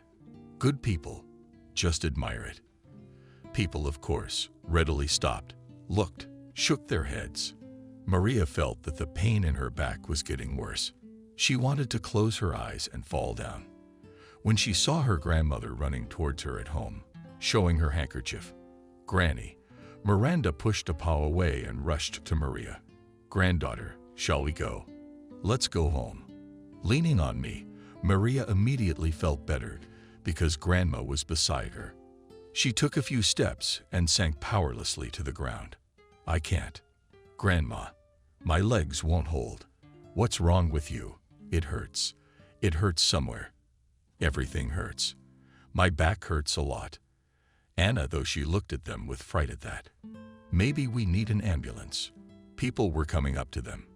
Few were smiling now. Some woman sat down, looked at Maria. It had been hurting for a long time. I fell down and everything hurt. Maria barely spoke. The pain pierced her with such force that she screamed. Miranda turned pale. "The ambulance will take at least an hour to get here, and then an hour back. Look, there goes that new farm owner. He's obviously going to town." "Wait." There was a jeep on the road, though. He was already known in the village, but not many people saw the businessman himself. But who did? They said he was a very nice and polite man. The neighbors rushed in front of the car. The jeep stopped abruptly, and the driver and then the businessman jumped out of it. The people took turns explaining to him what he needed. Finally, he nodded his head. The car pulled up beside Maria. She had little idea what was going on. Her grandmother brought a bag with her papers and got into the car. Next to her, the jeep moved abruptly and silently stared after her. Maria didn't fall down by herself. I saw Sam and Kathy and Emily push her. The girl got hurt, but it's not surprising on such a term. How could they not earn a term now? Anna and quickly turned around talking. "You hold your tongue. You'll earn a sentence yourself." She picked up her skirts and ran towards the house. The events had played out very strongly. Grandma wasn't ready for this. The news that Sam and her friends almost maimed the pregnant Maria quickly spread around the village. The guests immediately heard the father enter the house. "Sam, motherfucker, come here." Sam came out of the room and looked at his father gloomily. "Why are you yelling? Are you and your grandmother completely dead? What's it got to do with me? I'm going to give you a hard time, and fast. Don't tell anyone. I don't want to lose my job for the son of an asshole and my grandmother." "Maria," I heard a familiar voice. Emily couldn't understand who it was, but the voice evoked a storm of emotion. Finally, she was able to open her eyes. In the front seat, a man was talking on the phone. "Yes, black BMW. We'll be seeing you," apparently explaining to the driver in the ambulance how not to let them pass. The man turned to the driver Ethan quickly but carefully realized I understood everything. "Zach." Maria opened her eyes wider. "No, this just can't be happening. Zach, please don't take my baby." The man turned sharply toward her. Maria, it's you. We've been looking all over for you." Maria cried. "Stop. I won't give you my baby." Miranda looked surprised at Zach and her granddaughter. "Maria, is that the baby's daddy?" "No, Grandma. This is Zach's grandfather." Turn to them. "What kind of nonsense are you saying? Nobody's going to take the baby away from you. Jesus, this is messed up." Started slowing down. "Zach." A man got out of the car. As soon as it stopped, immediately approached the doctor. "Go to the private one." The doctor looked at him surprised. "Who will take us there?" "They will. I'll follow you." The ambulance sirens were blaring ahead of Zach's car. As he followed, he dialed God's son's number. "David, hey. Why do you sound so sad?" "No, I'm fine. Where are you?" "I'm David. I'm on my way to the hospital. I think I'll meet my grandson soon." There was a pause on the other end of the phone. "Dad, you're okay?" "I'm fine. Maria's having a baby." "Well, something happened and she's in trouble. Come to the clinic. Zach's out." They drove to the clinic. Miranda returned by evening to the village neighbors looking out of their yards. But no one dared to ask how things were going. It was as if they hadn't done anything wrong, as if they'd been covered in mud. They attack the girl, as if no one gives birth without husbands. It's all freezing. It muddies the water.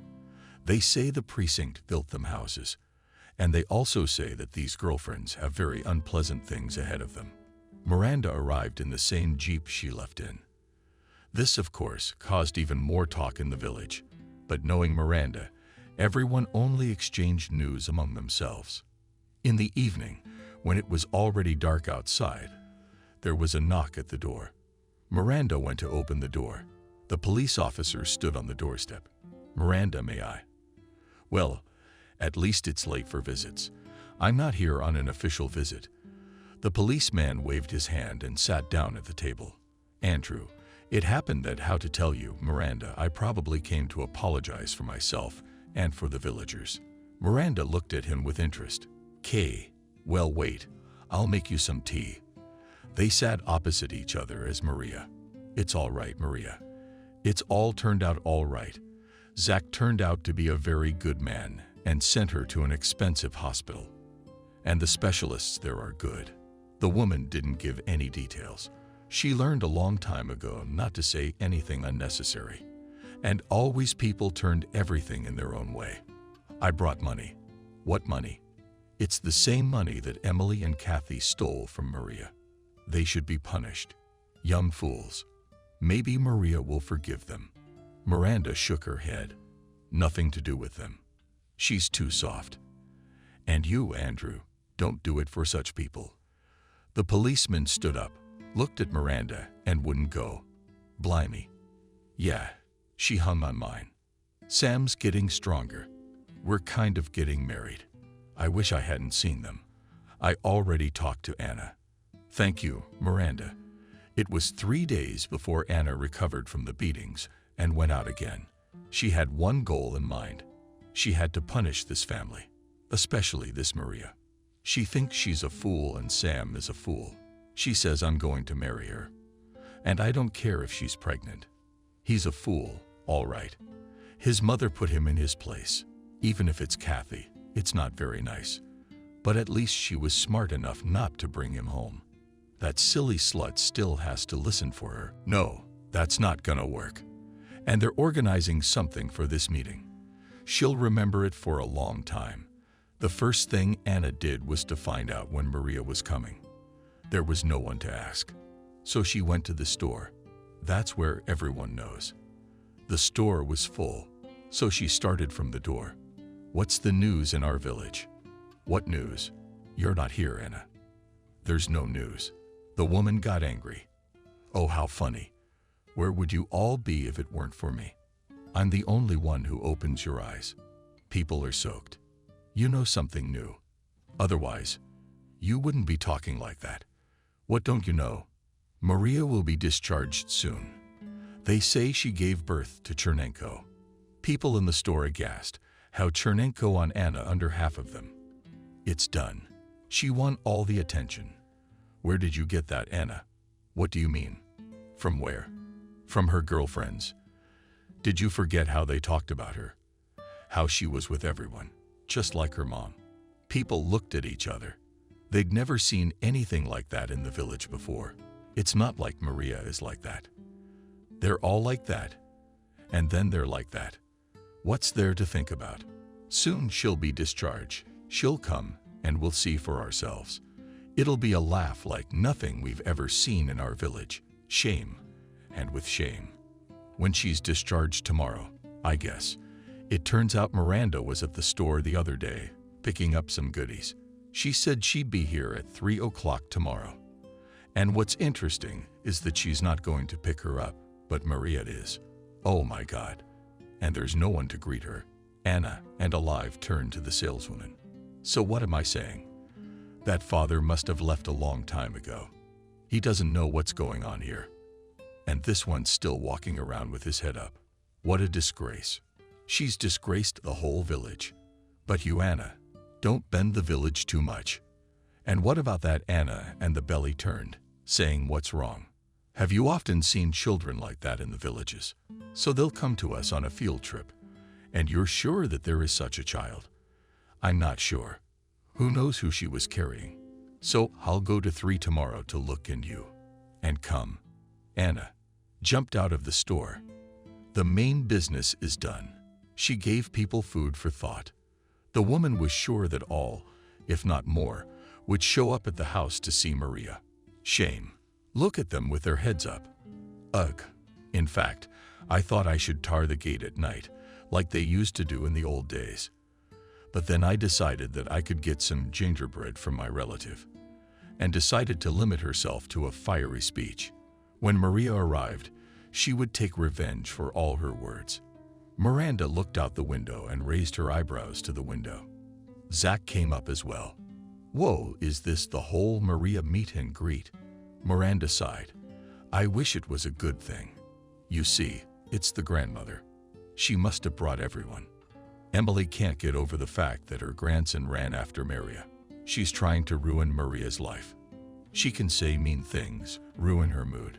You know, when Maria arrived, she couldn't even go outside for a long time. Then what did they say about her? Zach smiled. I recognize her village. I'm from the village too. Like my grandmother used to say, a village is a place at one end.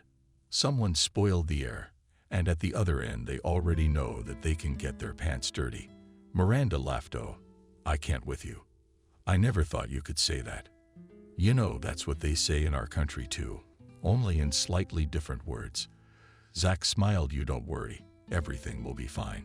And Maria's not alone. What's up with them? Miranda looked at the man questioningly. Well, how can I put this? First Maria cried, then she kicked my son the hell out. Good for you, by the way. You should have said something else. Then she kind of listened. Anyway, they're going together. They are. Really, he called half an hour ago. Miranda was quiet for a minute. I wish Maria would finally have some happiness in her life. Look at this. And David is mine. You'll love it. Miranda smiled. Then she exclaimed, oh, look, there's a car. They went outside. There were a lot of people outside the house, but Miranda proudly walked past all of them and stopped at Anna's path and said confusedly who was with her. Who's who? Our new businessman who bought the farm from Peter. I wonder what he's doing here. Anna squinted. It was so unexpected that it threw her off balance for a few seconds. Actually, the businessman shouldn't be here, and he's probably been in the house for a long time without a car. All right, she would think about that later. Now she had to think about something else, because 2 cars were approaching the house, and such cars that Anna even took a step back to rethink what she had just seen. She took a step back and turned around. There was a wall of people she herself had brought here. You, Anna, go, go, go. We may still have work to do. I don't want him to ask what we were doing here later. The main thing is that it's not clear what he has to do with all this. Anna chuckled. Nothing. Jesus. He gave her a ride to the maternity hospital. And as a well-mannered man he came, he probably brought her a present. People were gossiping. It's true, isn't it? Everyone began to move closer. I really wanted to see that dark-skinned child. The cars stopped. One car they recognized immediately. It was the car of their businessman, but the other was a stranger from Zach's car. And his driver started unloading flowers and gifts. People were looking. Not bad. So I took one time out on the street, and here you are. How many gifts? Anna smiled. Everything is going according to plan. People are like that. The main thing in the right direction to send thoughts. And then, as usual, she walked, embarrassed to get closer to Miranda. Aren't you ashamed? In public, fat, heavy bang. Miranda looked at her in surprise. Why should I be ashamed? It should be you who should be ashamed of your filthy tongue. That my tongue did not tell the truth somewhere walking. You had both a daughter and a granddaughter. You'll see, and Maria will throw a child at you and only wags her tail at men to hang around. That she has a grandmother husband. No. Walk. I do not want. Zach at first decided not to interfere in this conversation. Then he couldn't stand it. Come on, Miranda, it's time for you to meet your son-in-law. Anna opened her mouth. What son-in-law? At that very time, a young man got out of the first car. He looked a lot like their new businessman. There were whispers in the crowd about his son. That's his son too, they say. He has a lot of money. David looked at the people with a surprised look and opened the back door of the car. After a second, he turned around. There was a boyish smile on his face and a bundle in his arms. The blue of the power blanket was transferring to the son. He carefully shifted his son onto one arm and reached into the car. Maria stepped out of the car. Miranda rushed over to her, hugging Maria. The grandmother smiled. "Meet David, David's dad." The crowd buzzed. "He's dark-skinned. What's the setup? We're to freeze on Anna." I picked up my skirts and hurried to my house. They're all still on crutches. David looked fondly at Maria, then at his son when his father called him. Something turned over in David's soul. He suddenly felt that he was no longer just a man. Now he was a man who was responsible for his family, for Maria, for the baby. He was sure that the baby would be all right, because he could already feel it, even though it had not been born yet. At the hospital, they wouldn't let him in. They told Maria that she was asleep, and no one would be allowed to see her now. Her father had already taken Maria's grandmother away, and David was determined not to go anywhere and leave Maria and her son alone. They tried to send him home. They didn't want to talk to him. Maria. But David was not the kind of man to give up. A month later, the village was talking again. True, the talk was no longer about Maria, but about the 2 pillows with which Maria had once gone to the mountains. The police came from the town, and accompanied by a policeman, they went to Kathy's house. Naturally, an hour later, the whole village knew that Maria was not alone with an empty purse at that time. Now the village was really buzzing. The police came to Maria's house. "Do you need to write a statement too?" Maria smiled. "No, I won't do that. In fact, I'm very grateful to the girls for doing this to me. If I hadn't been alone in a strange city with no money, I wouldn't have met my new family. I wouldn't have William. Give the girls mine. Thank you very much." That evening, the guests delivered those words to Kathy and Emily. Kathy even felt a twinge. Mother Teresa was a blessed fool, and she still is. But that's okay. Now this will all be over, and you and I, Emily, will go back to town. This time, you and I will succeed. The guest looked at her in surprise. "I thought we were getting married." Kathy chuckled. "Who needs you? Your daddy helped, and that's it." She turned to Emily. "So what do you say we go?" Emily shook her head.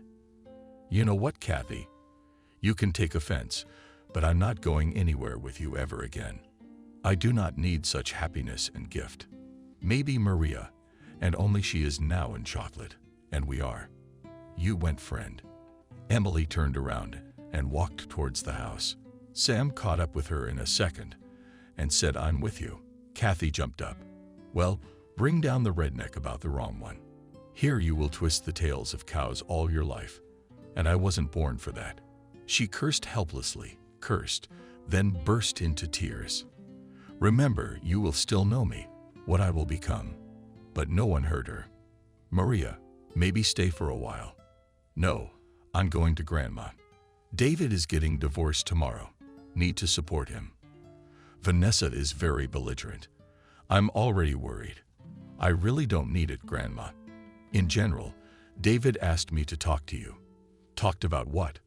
"Well, Grandmother, you understand how you and I will miss you. I understand that you love the village, but maybe you will think about it anyway." Miranda smiled. "No, Maria, I will stay here and wait for you to visit. I just don't know. Zachar Artem still has to work. I will be in charge of production. You know, it's so nice to know that you haven't been completely written off yet." Maria looked at her grandmother in surprise. "So Granny is 66. How old is Zach? Why is Grandma blushing so much?" "Who's Zach?" 63. They recently celebrated his birthday. In the evening, David hugged Maria and asked, "Why are you so thoughtful? Do you miss Grandma?" "No, it's not that I'm bored. Say, well, David was waiting for Maria to continue. She didn't know how to phrase it. Don't you think that your father and my grandmother have some kind of warm relationship? David laughed. Well, Maria, do you really think that age chooses happiness?